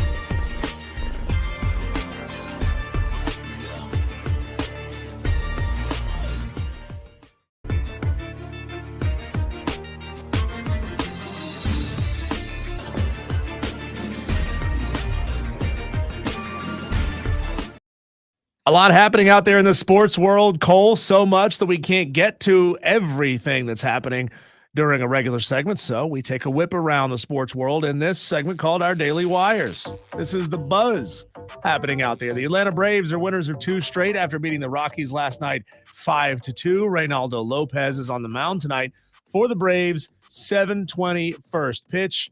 The NFL season kicks off. See, nobody's going to be watching the Braves because everybody's going to be watching Chiefs-Ravens at 8:20. You may watch the Braves as like an amuse-bouche to get you in the mood to watch football. Yeah. And then everybody's just going to turn it and watch football. Like, nobody's going to be watching Braves. Yeah, you're right. Like, let's be real about Sorry, this. Bravos. Kansas City favored by 3. Yeah, baseball season is officially over. Who gives a rip? Right. It's time for football. Russell Wilson was limited in practice today due to calf tightness that he reported to his coaching staff. Maybe that means he's not going to get the start against Atlanta on Sunday. If you're a Falcons fan, does that make you feel better or worse that you're not going to be facing an aging Russell Wilson? I'd say worse, man. I would be more afraid of facing Justin Fields under Mike Tomlin. God. I'm not kidding. What has Russell Wilson done as of late? Annoyed people by running up and down the hallways of the plane. I'm so over the Russell Wilson stuff, man. He's really annoying. am. Yeah, he's a tryhard. Russell Wilson is a tryhard. This is wild. Just hours after Memphis basketball coach Penny Hardaway was suddenly fired, after he fired 4 staff members, the university confirmed the existence of an anonymous letter alleging serious NCAA violations within the Memphis Tigers basketball program. The letter, which was obtained by ESPN, alleges Hardaway's personal involvement in potential recruiting and academic violations. Do you think it was one of the staffers that he fired who dropped a dime on old Penny? Surely not. No, nobody is that petty. Why would they do that? No. Third baseman Matt Chapman of the San Francisco Giants has agreed to a 6-year, $151 million contract extension. He's going to stay there in San Francisco, and it's going to keep him from opting out of his deal to reach free agency. This is a sad one, man. We've been following along with this more in our personal time than we have here on the show. But Richard Aspinwall was a defensive coordinator at Appalachia High School in Georgia. And he was one of the 4 victims that was killed in Wednesday's mass shooting at the high school. It's just rough when you hear this stuff coming out of a local high school. It feels like it's a local high school. I mean, it's just down there near Commerce. A couple hours away. Yeah. 14 years old. The fact that a 14-year-old can have as much hate in their heart. That's so sad, man. It's awful. And I hate it. From what I'm gathering, this particular kid was flagged by the FBI a year ago as having, I guess, posted very hateful remarks and threats and things like that. So I feel like I hear that. I guess much, they, man. yeah. I mean, it's like, oh, we all kind of knew something was wrong with that guy. Well, and then he goes and does something. Oh, and again, not to get on a tangent, how much of this, like, we you know what's wrong with the politics and the narratives in the media? When something like this happens, it all goes to like gun control and this party's guilty, this party's to blame. Instead of like, let's have the conversation of mental health is a real thing that needs to be prioritized. And instead of just blaming the left or the right, how about let's put together serious ways we can actually help people that are struggling. And maybe that's a step in the right direction. And I don't know what happened in the last year in the life of this 13-year-old since he was flagged and I guess investigated by the FBI.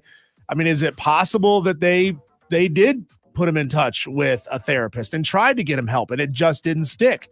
Or did they just forget about him? Did he fall through the cracks? I mean, that's information that I haven't heard yet to this point, so I don't know. But Richard Aspinwall was a defensive coordinator, 39 years old, math teacher at the school also. It's just absolutely tragic to see that happening.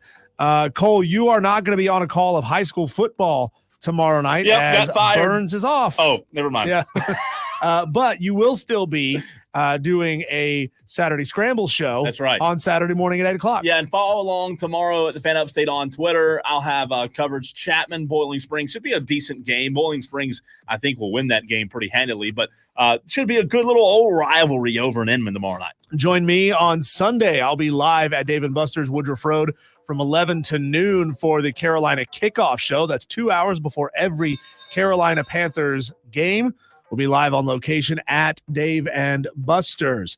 The Commanders have fired their vice president of content, who's been there for the past 4 years, a day after a video surfaced. It's bad that I'm laughing at this. Where he said that the team's players were anti-gay. He accused Jerry Jones of being racist. He called NFL Commissioner Roger Goodell a $50 million puppet, and he called the fans mouth breathers. What he did was... No, who did you not insult? He unloaded the clip. Got nothing to say about Dave Tepper, though. I mean, where are you at? Where are you at, Commanders VP of Content? Give us your thoughts on old DT. We need him. Who is that? Who is Dave? I've never heard of him. Never heard of him. That's great. Not great. It's funny. It's funny. Let me put it that way. And finally, Alex Morgan, American women's soccer great, has announced her retirement. She's going to play in one more game on Sunday. She also announced that she's going to have her second child. How about that? Congratulations to Alex. Well-deserved. Absolutely well-deserved. Speaking of well-deserved, one of the best football coaches around. The Upstate should be lucky to have him here in Greenville. Clay Hendrix, the head football coach of the Furman Paladins, joins us next.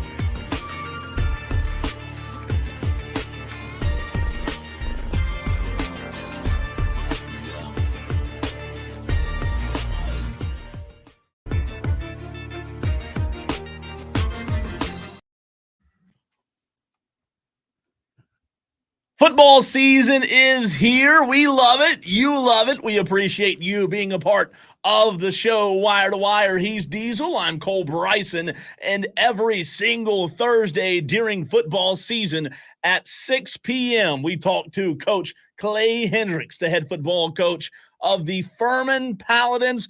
Coach, hope you're doing well. We talked about last week how big of a challenge you guys were walking into in Oxford after you've had a few days to sleep on it. What do you tell your team? Do you just flush this and look forward, or are there some things you can take away?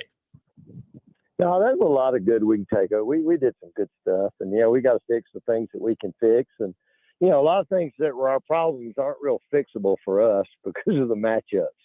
But I don't know. Our kids, I tried to find kids that I thought weren't playing hard, maybe loafing a little bit. I just didn't see it a whole lot. Yeah, we got to play better and we got to coach better, but just an incredible. I never seen a group that talented. And I actually had a NFL guy tell me this week. I think he was trying to make me feel better, but he said, "He said, Coach Ole Miss had 32 draft gradable guys."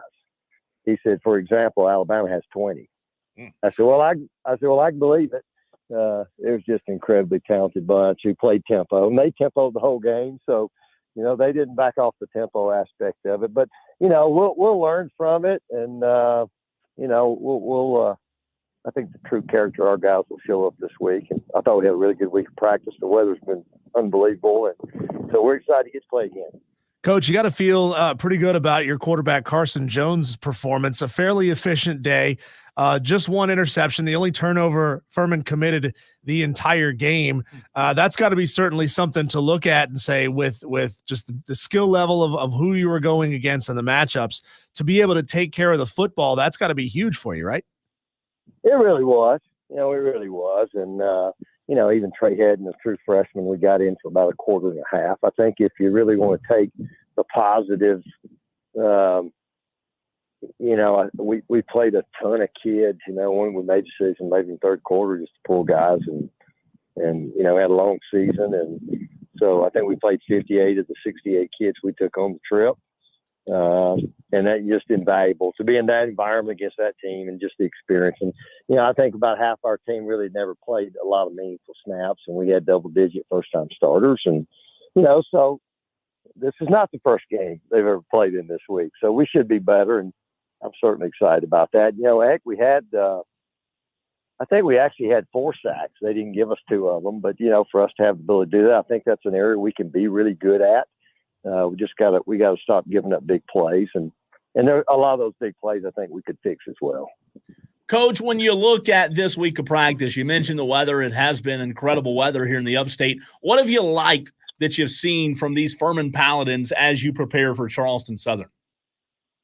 Well, I think they've been pretty solid all throughout August, and I thought we had a good week of prep last week. I just think they've been pretty consistent in their effort and their focus, and leadership stepping forward. And, so we talked a little bit about, leading or following. You need to do one of those 2 things. And if you're not, you need to get out of the way. And I don't think we have many of those guys who are getting in the way. So I think I like how we responded. We controlled the only thing we could control, and that's how we prepared and went out and practiced. And we've had a really good week of practice, give us a chance to go play well. Now we got to be able to go do it. Coach, the one of the old sayings after a situation like that is be a goldfish, right? Don't think about it for too much longer. You got to be able to flush it and get it out of your head. Can you maybe talk a little bit about some of the players on your team who, after getting beat, after giving up a play, how they came back and reacted the next play, the next down, the next series after that happened? Yeah, I think our guys, we try to have that next play mentality. You learn from the last one. It might be a good one, might be a bad one, but you got to learn from it either way and sometimes put it behind you. I thought just coming back practice wise, we were on a bus for 18 hours going and coming. It was a brutally tough trip in lots of ways, but we kind of flipped things. We got back at 8:30 Sunday morning, so we gave the players Sunday off, which normally we would work on Sunday afternoon with them, and the holiday helped us. But no, I think just after our Monday morning practice, we got 5 captains, and I don't know, they even spoke up in some ways a little bit unusual for them to speak up to the group. And I don't think, nobody's panicking. Nobody's doing anything. We just got to go play like we're capable of playing, and that's what the focus has been. We're talking to Clay Hendrix, the head football coach of the Furman Paladins. Coach, I look at a game with the Citadel and Charleston Southern, 22-21 last Saturday in Charleston. I imagine you've been watching a good bit of film, which seemed like a really close contest and a good opponent you have Saturday. Yeah, you know what? I think I said this last week. I never put a lot of stock in first games. It's far too many people feel way better or way worse about themselves after the first game. So, but you watch that game, highly competitive game, really came down to the kicking game. Two schools really close together. You could feel the intensity of the game just by watching it a little bit. And I'm sure Charleston Southern felt like they should have won the football game. But no, a team that's a little bit different in their style of play on both sides of the ball than Charleston Southern is. And so they're those kind of teams that can make you look bad if you're not disciplined and doing the things that you need to do. A little bit of an option element to some of the things they do offensively. Transfer quarterback, which I think everybody in America's got a transfer quarterback. But no, it'll be a good challenge for us. Now, again, I'm sure we'll get their best shot, and I think they'll get our best shot too. Coach, we had an opportunity earlier in the show to talk to Hillcrest High School football coach Bennett Swigert, and he was telling us about one of your recruits coming in next year, Bryce Rainwater. He really hyped up Bryce as a big-time player, and, of course, he was very, very complimentary of the situation that he's walking into at Furman. Can you give us a little insight on what you saw, what you really liked out of Bryce Rainwater? Well, I can't. Oh. Legally, I can't. Oh. But I know this. We want Greenville kids, and Greenville's been really good to us the last couple of years, and we want to recruit South Carolina kids, and we'll continue to do that. Now, our thing for us is finding those guys. There's lots of good players, but then finding the guys that are really good players with the admissions that can meet our admissions requirements. And so I think if they do those two things alone, it speaks highly of the kid and the programs that they're coming from. And we'll continue to look in South Carolina first and foremost always. Coach, you talked about a few minutes ago how you don't put a ton of stock into the very first game. With that being said, you guys have Charleston Southern, and when you look at the first game, that you guys are going to be able to go on the field and really compete. Do you treat this as the first game for Furman football this Saturday? Well, one thing I said, I would have liked to have had that Ole Miss game week 2. I think sometimes when we played those games, I think everybody's excited to play week 1. Mm-hmm. Sometimes you can always, in those games, you're always hoping you can get some kind of an edge. Maybe somebody's struggling at quarterback, which obviously Ole Miss is not struggling at quarterback. But I guess now that it's been played, I'm glad it's behind us. But I don't know. For us, last week that was the most important game for us because we were playing it. But it was also the least important game on our schedule. And it's still that way.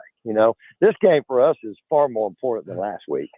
We want to play well every week, but, for us, everything we want is out there in front of us. So it's just a matter of us continuing to prepare. Can we go play well and do the things we need to do? And, we got to grow up and we'll have to get some experience as we go just because we are a little bit younger in some areas, but that's okay too. And, we're excited to play. Coach, what's your philosophy in general, not specifically about the Ole Miss game, but your philosophy on week 1 games and early games in the season? You always hear people say, well, the coach is going very vanilla this week because they don't want to put anything on film for the other team. Do you believe in that strategy, or do you believe that week 1 is just as important as every other game on the schedule, and we got to go out there and do exactly what it takes to win this football game, not necessarily keep it vanilla so teams we play afterwards don't get anything on us? Well, I don't know. I think you got to do what you got to do to win the game. I can't sit here and say I hadn't been a part of some first games where maybe you felt like you had a distinct advantage over your opponent. And did you not do a couple things? I can probably say that's happened a time or two before, but I don't know many times where I felt like we've just been that much better than somebody, week 1. And I don't know, you're always thinking about things like that. We got even into that game the other night. It got to a point where, obviously we weren't going to win the game. And do we do some things that we had prepared? And do you put that on tape? We said, no, let's don't. because it gave us a chance to hold. Because we always start each week, what do we have in from the week before that we can carry over that maybe we didn't call? And so we had some stuff we held on to last week, but I don't think very many times you're going to go into that game thinking you have to do what you have to do to win.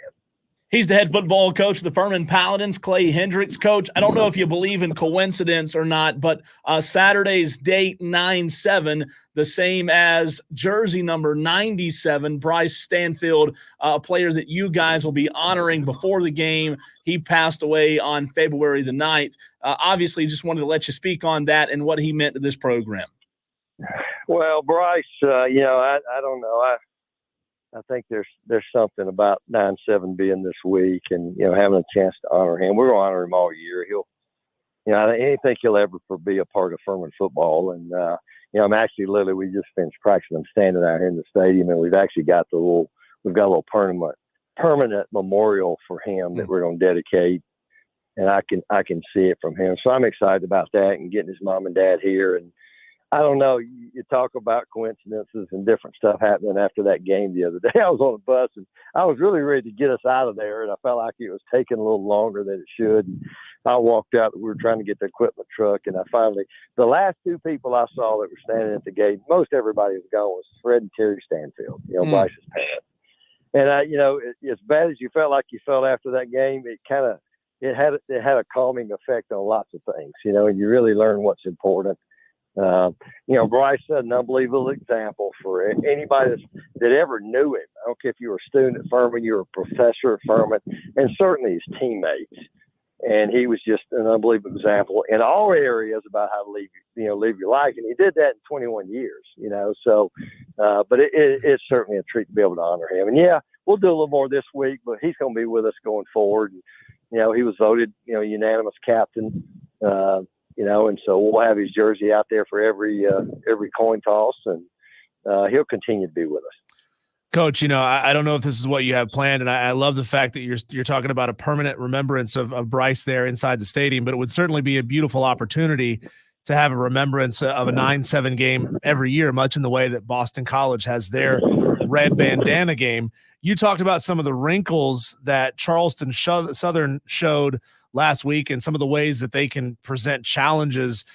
In what ways do you think Furman can present some challenges for the Buccaneers? Well, I've said this. I think what's different about this football team a little bit, especially offensively, how we're built, is I think our ability to stretch the field. And a couple of the better plays we had the other night were getting the ball down the field. I do think we got some playmakers there. I think we got some quarterbacks that can get the ball down there, which I think will only help the run game.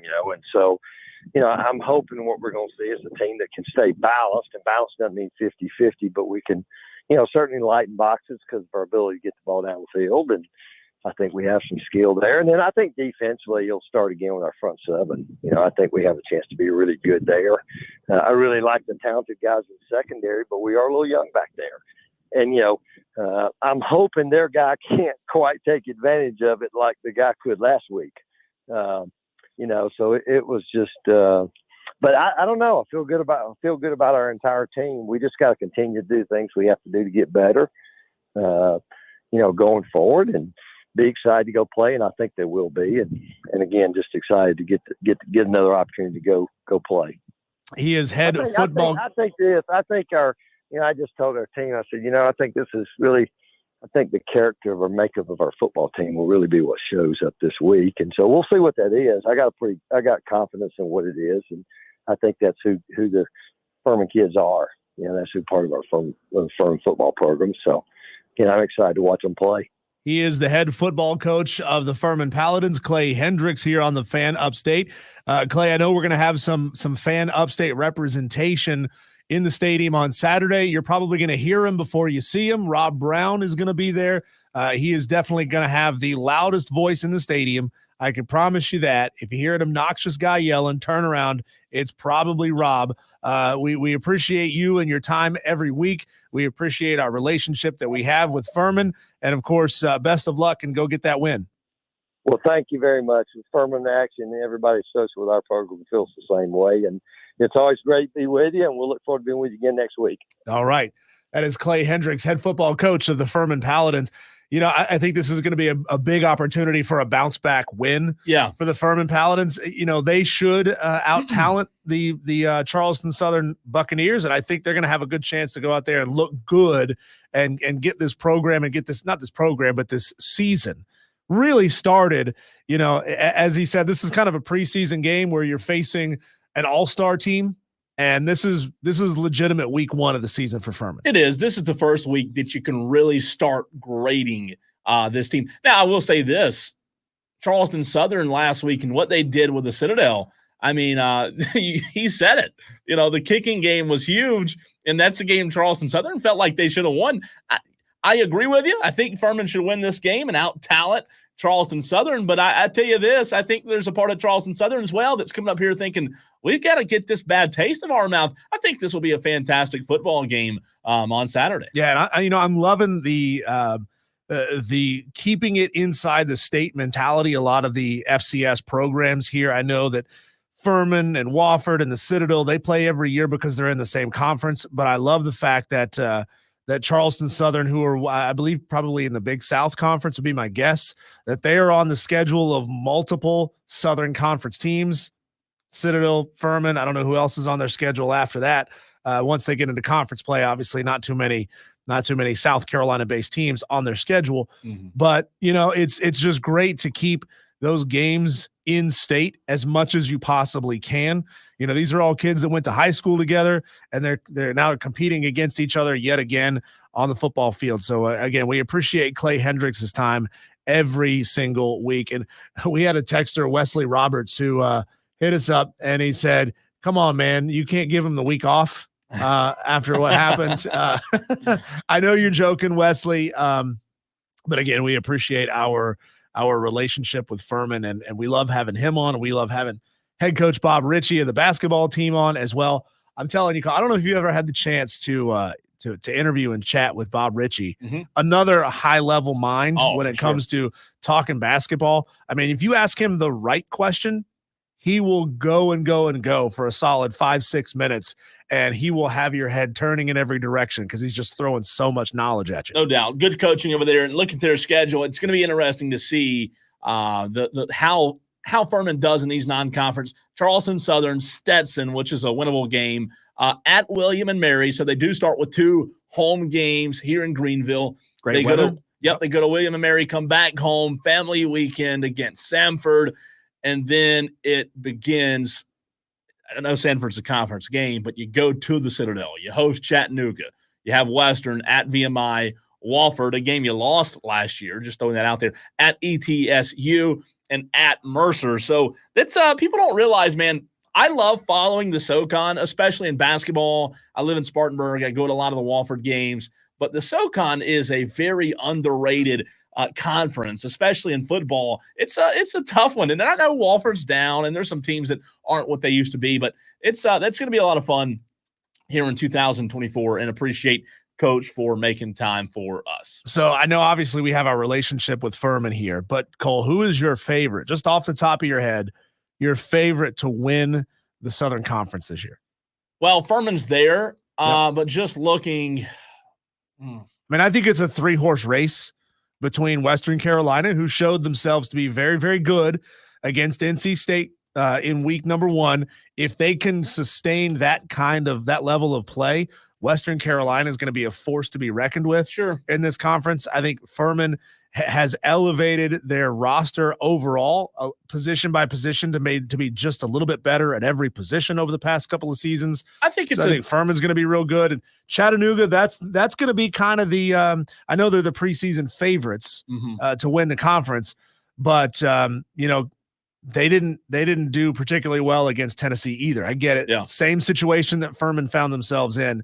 So we don't really know a lot about Chattanooga at this point. I think it's a 2-horse race between Furman and Chattanooga. Really? Yeah, I really do. Chattanooga they'll be fine. Every single season they get better as the year goes on. And then you've heard Clay Hendrix talk about how much confidence he has in this team. I think it's a 2-horse race. Furman, Chattanooga, 2 really good teams, but it's hard to bet against Furman the way that Clay Hendrix has them playing. When we come back, Cole, we started the show with it, got a lot of buzz. So let's revisit the messages that a lot of these teams that we've been talking about over the past week, month, 4 months leading up to the season, what kind of messages they could send in week number 2 to the college football world. That's coming up next on the Van Upstate.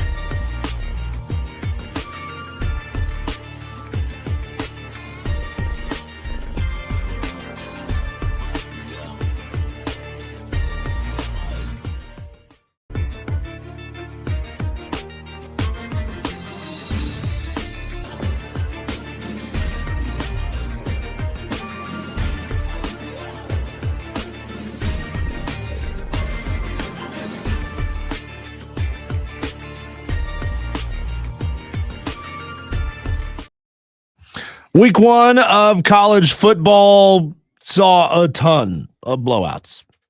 Missouri blowing out Missouri State, Tennessee blowing out Chattanooga. We saw a lot of them, Cole. So there's a lot of teams that we didn't necessarily learn a lot about because was that first half as ugly as I thought it was? because they played teams that were far below them when it comes to personnel and the ability to compete in head-to-head matchups. But Cole, there were a handful of games where we saw teams that were on relatively equal footing and they looked bad. We saw a couple of teams who were punching below their weight class also look bad. So what college football teams need to send a message in week 2 of the season? And if they were able to send that message, what would it actually look like? Oregon, Cole, let's start right there. Ooh. Oregon, a program that's got more money than anybody, right? They got that Phil Knight money. Yeah. They're always looked at as a national championship contender year in and year out. Dan Lanning, he's saying all the right things. He's got the fan base riled up, jacked up, ready to go. Obviously, him staying there at Oregon when I'm sure he was thrown a ton of big offers. They had to get one of those long pieces of paper, like one of those 8.5 by 11, one of those 8 by 16 sheets of paper, legal pads, to write all the zeros that they were going to pay him. But he still said no. Nice. He stuck around, and they let Idaho stick around on him in week 1 of the season, 24-14 final score. What does a message look like to you for Oregon? What does sending a message look like to you? You know, they did not look like the team we thought. There's no doubt about it. It looked like a dead duck. They did. And, you know, we sometimes overreact to the very first games. And you know, my mind kind of goes back to what Clay Hendrix was talking about. With the very first game, sometimes it's hard to really put a pulse on what happened and give a true fair grade. Was it a great performance against Idaho? No. But in terms of sending a message, I think the only message here for Oregon, Diesel, is this game can't be close. Like, you can't just fool around. You've got to show that what we just said is true. Week 1's week 1, and you've got to put that behind you. You've got to go out there and beat the brakes off of them, and I think they ultimately do. Well, and you know, I asked Clay that question about, you know, holding back as a coach. Do coaches actually do that? Do they try to keep things off film? And I've even heard that thrown around when it comes to Oregon's poor performance against Idaho. Oh, Oregon was trying to hold a lot back. Really? How much were you trying to hold back if you only put up 24 points on Idaho? A team that was FBS dropped back to FCS so that they could afford to even keep playing football. I mean, you should be as vanilla as you want to be and beat that team 42-0. Yeah, they should. And I think that in week 2, because this is week 2, we've had 3 weeks, but you know how to, I think they do. I think Dan Lanning, like, I have so much confidence in that program, and maybe it's a false sense of confidence that I'll, regret having later on in the year. I don't think I will, though. I have so much confidence in Dan Lanning and that program. I don't think there's anybody inside that football program right now that's concerned. I really don't. Well, I think they're okay. They ought to be concerned about Boise State putting up 56 points this week. It's true. Last week. I know that it was against Georgia Southern, and the Boise State defense gave up 45 points. So, you know, the offense looked really good against a relatively equal team to them. I know that Boise State is better than Georgia Southern and has been for quite a while. But I mean, you're still operating at relatively the same level. You're still operating as a G5 team.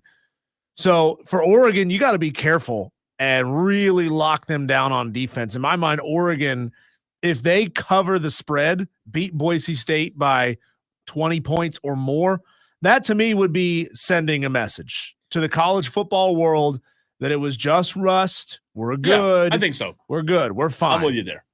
No pushback. Yeah, I mean, if that was a final score of like 42-10 or 42-17, I'd feel good about Oregon going forward. Sure. How about Clemson? They, looked awful against Georgia. They played one good half of football on one side of the football. Outside of that, they had like 3 good offensive plays and that was basically it for the Clemson Tigers. So in your mind, what does sending a message that backs off some of these narratives about Clemson, what does that look like to you?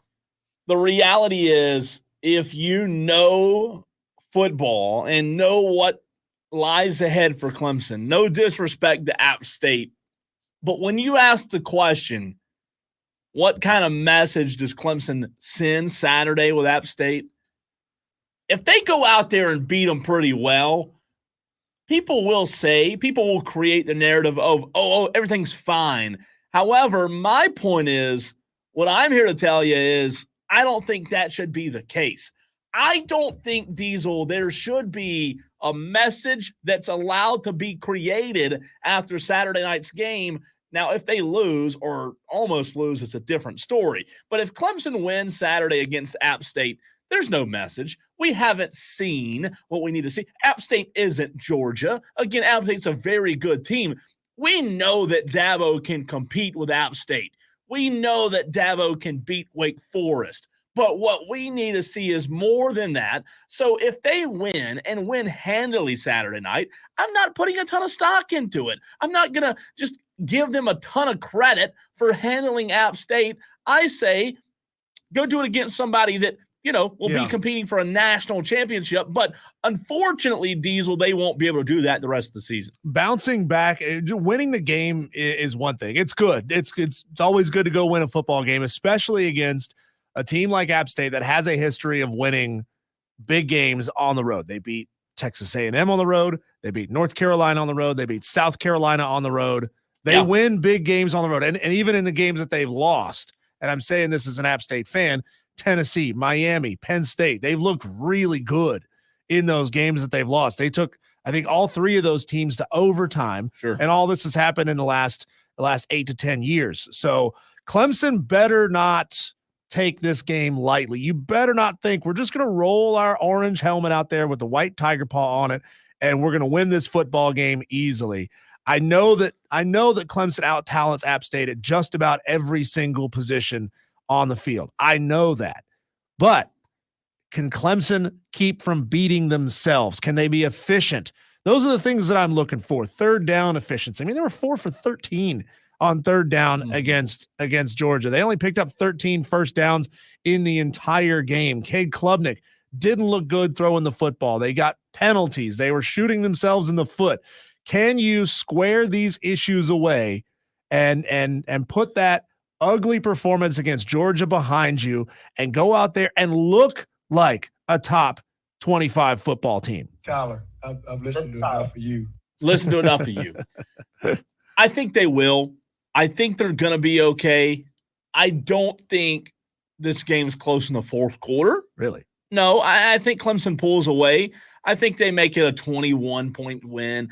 Right now off the top of my head, and I'll give you an official score prediction tomorrow, but I'm thinking just brainstorming, Diesel, out loud. I'm thinking 21 points. And I'm thinking it's 14 maybe at the end of the third. Clemson goes up 21 in the fourth.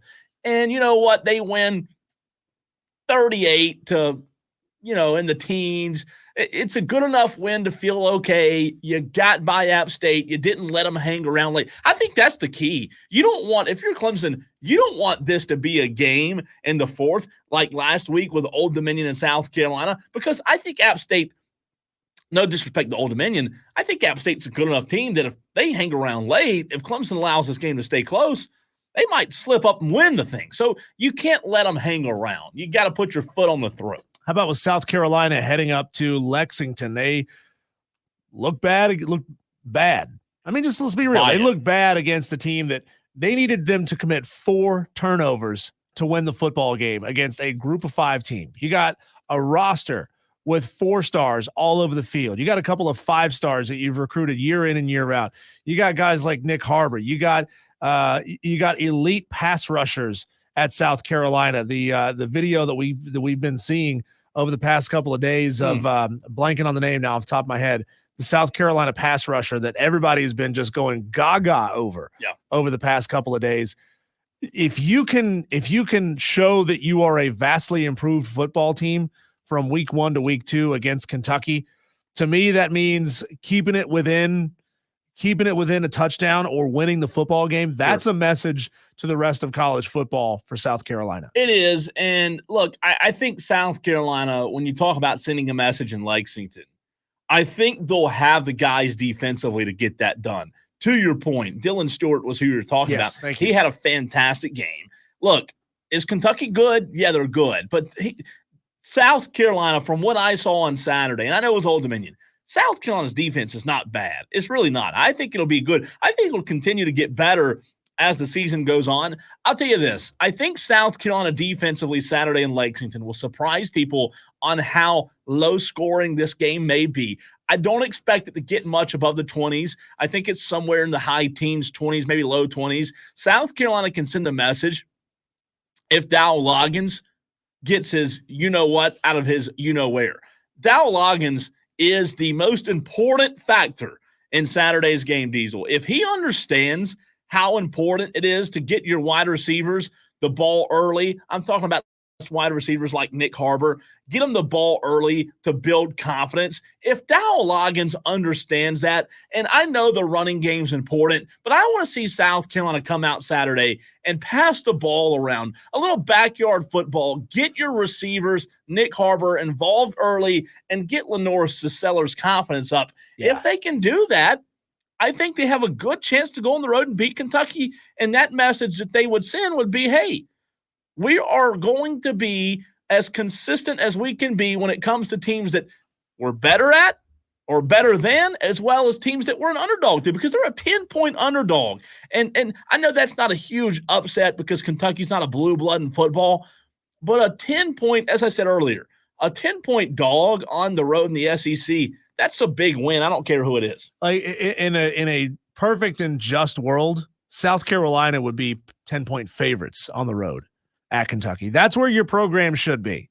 So in my mind, you're 20 points away from where you should be not good as a football program. You just go out there and be loose, play free, play the way that we know that Lenore Sellers can play. Sure. And put basically the rest of the SEC on notice that you're not going to be a pushover for the rest of the season. Jarrett Tripp chimes in on the text line and says, I may be wrong, but I don't think Harbor started or came in the game until about 8 to 10 plays in. Wonder why. Again, Jarrett, appreciate the text, but I'm not sold on Dow Loggins. I'm not sold on him being the guy that can make the most of what he has. Now, the receiver room, that is the biggest area of concern. There's no doubt. That is a big, big area of concern. They did not show any positives on Saturday. So I can't answer why, but again, it goes back to coaching, goes back to your OC. So we shall see. We're going to get to one more of these here in just a second, but we have had a couple of extra upset picks come in. Roger Carper's taking Colorado plus 7.5, as is Brandon from Moore. Scotty from BMW got in. He fixed his pick. He picked a game that wasn't even being played this weekend, so we did allow him to fix that one. He's taking now Mississippi State plus 5.5 on the road at Arizona State.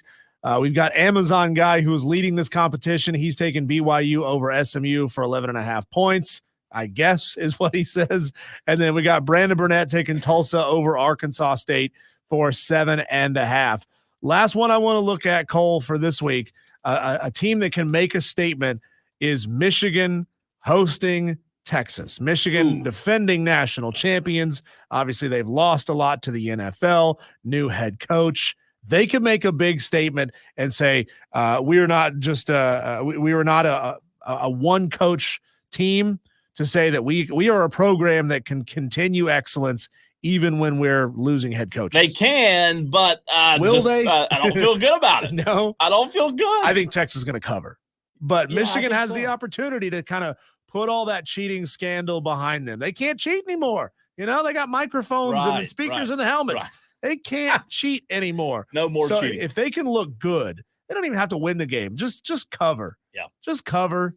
Look good against Texas, and Michigan tells the college football world that we're not going anywhere. All right, last segment coming up. Before the NFL season starts, I'm going to give you my Super Bowl prediction 2024. You can give yours as well, 71307. Start your text with the word fan.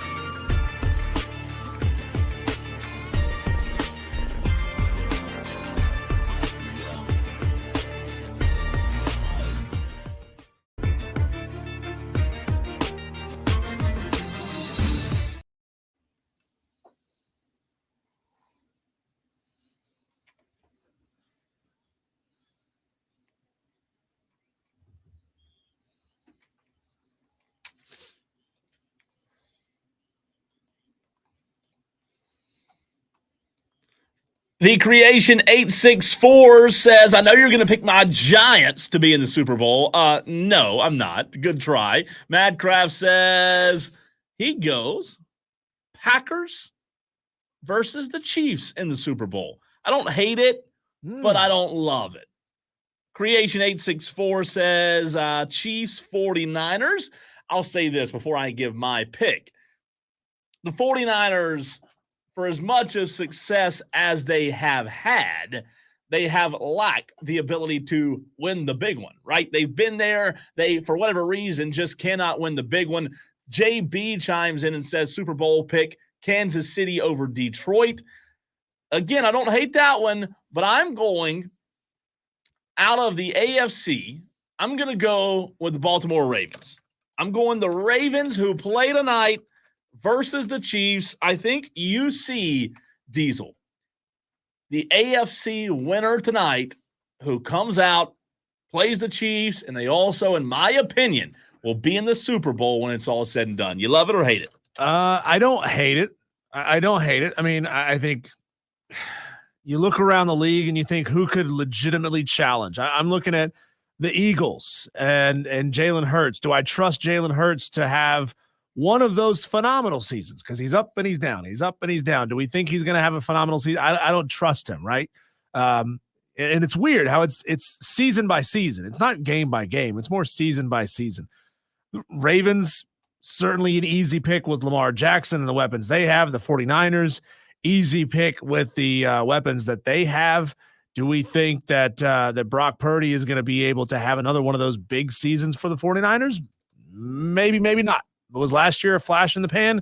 Maybe, maybe not. It's tough, obviously, when a weapon that they really anticipated leaning on a lot, Ricky Pearsall, is now going to be out for probably a majority of the season. I have no idea how, like, exactly what the extent of his injuries were. Yeah, that's weird. And how fast he might be able to recover and get back.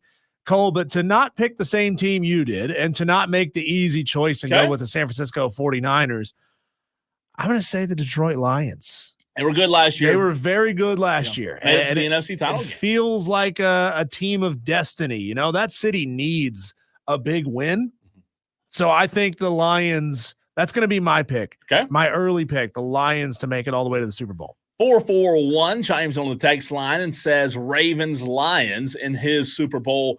I'm going Baltimore out of the AFC, and I'm going, I hate to say this, but I'm going with the Philadelphia Eagles out of the NFC. I hate it because they're in the division as my Cowboys, and it pains me to say, but I'm going with the Eagles to get back to the Super Bowl. However, you do trust Jalen Hurts. I do. Wow. However, not in the big game. I'm going in the big game.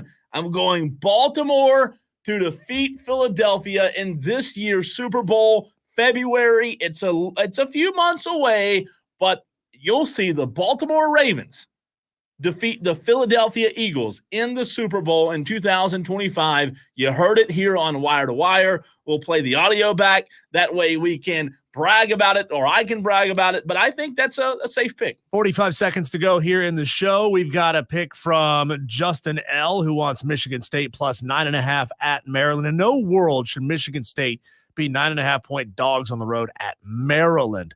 JB getting in some score predictions. He's going Kentucky 27, South Carolina 17. Ooh. And he's also going Clemson 34, App State 27. Touchdown ball game, says JB. I think he might be closer than a lot of Clemson fans are willing to admit. I think App State's going to look good against Clemson. I'm not calling the upset. It wasn't my upset pick, but I do think App State's going to look good against Clemson. We'll be back tomorrow to do it again for show 116 for Wire to Wire on the Fan Upstate. Solo.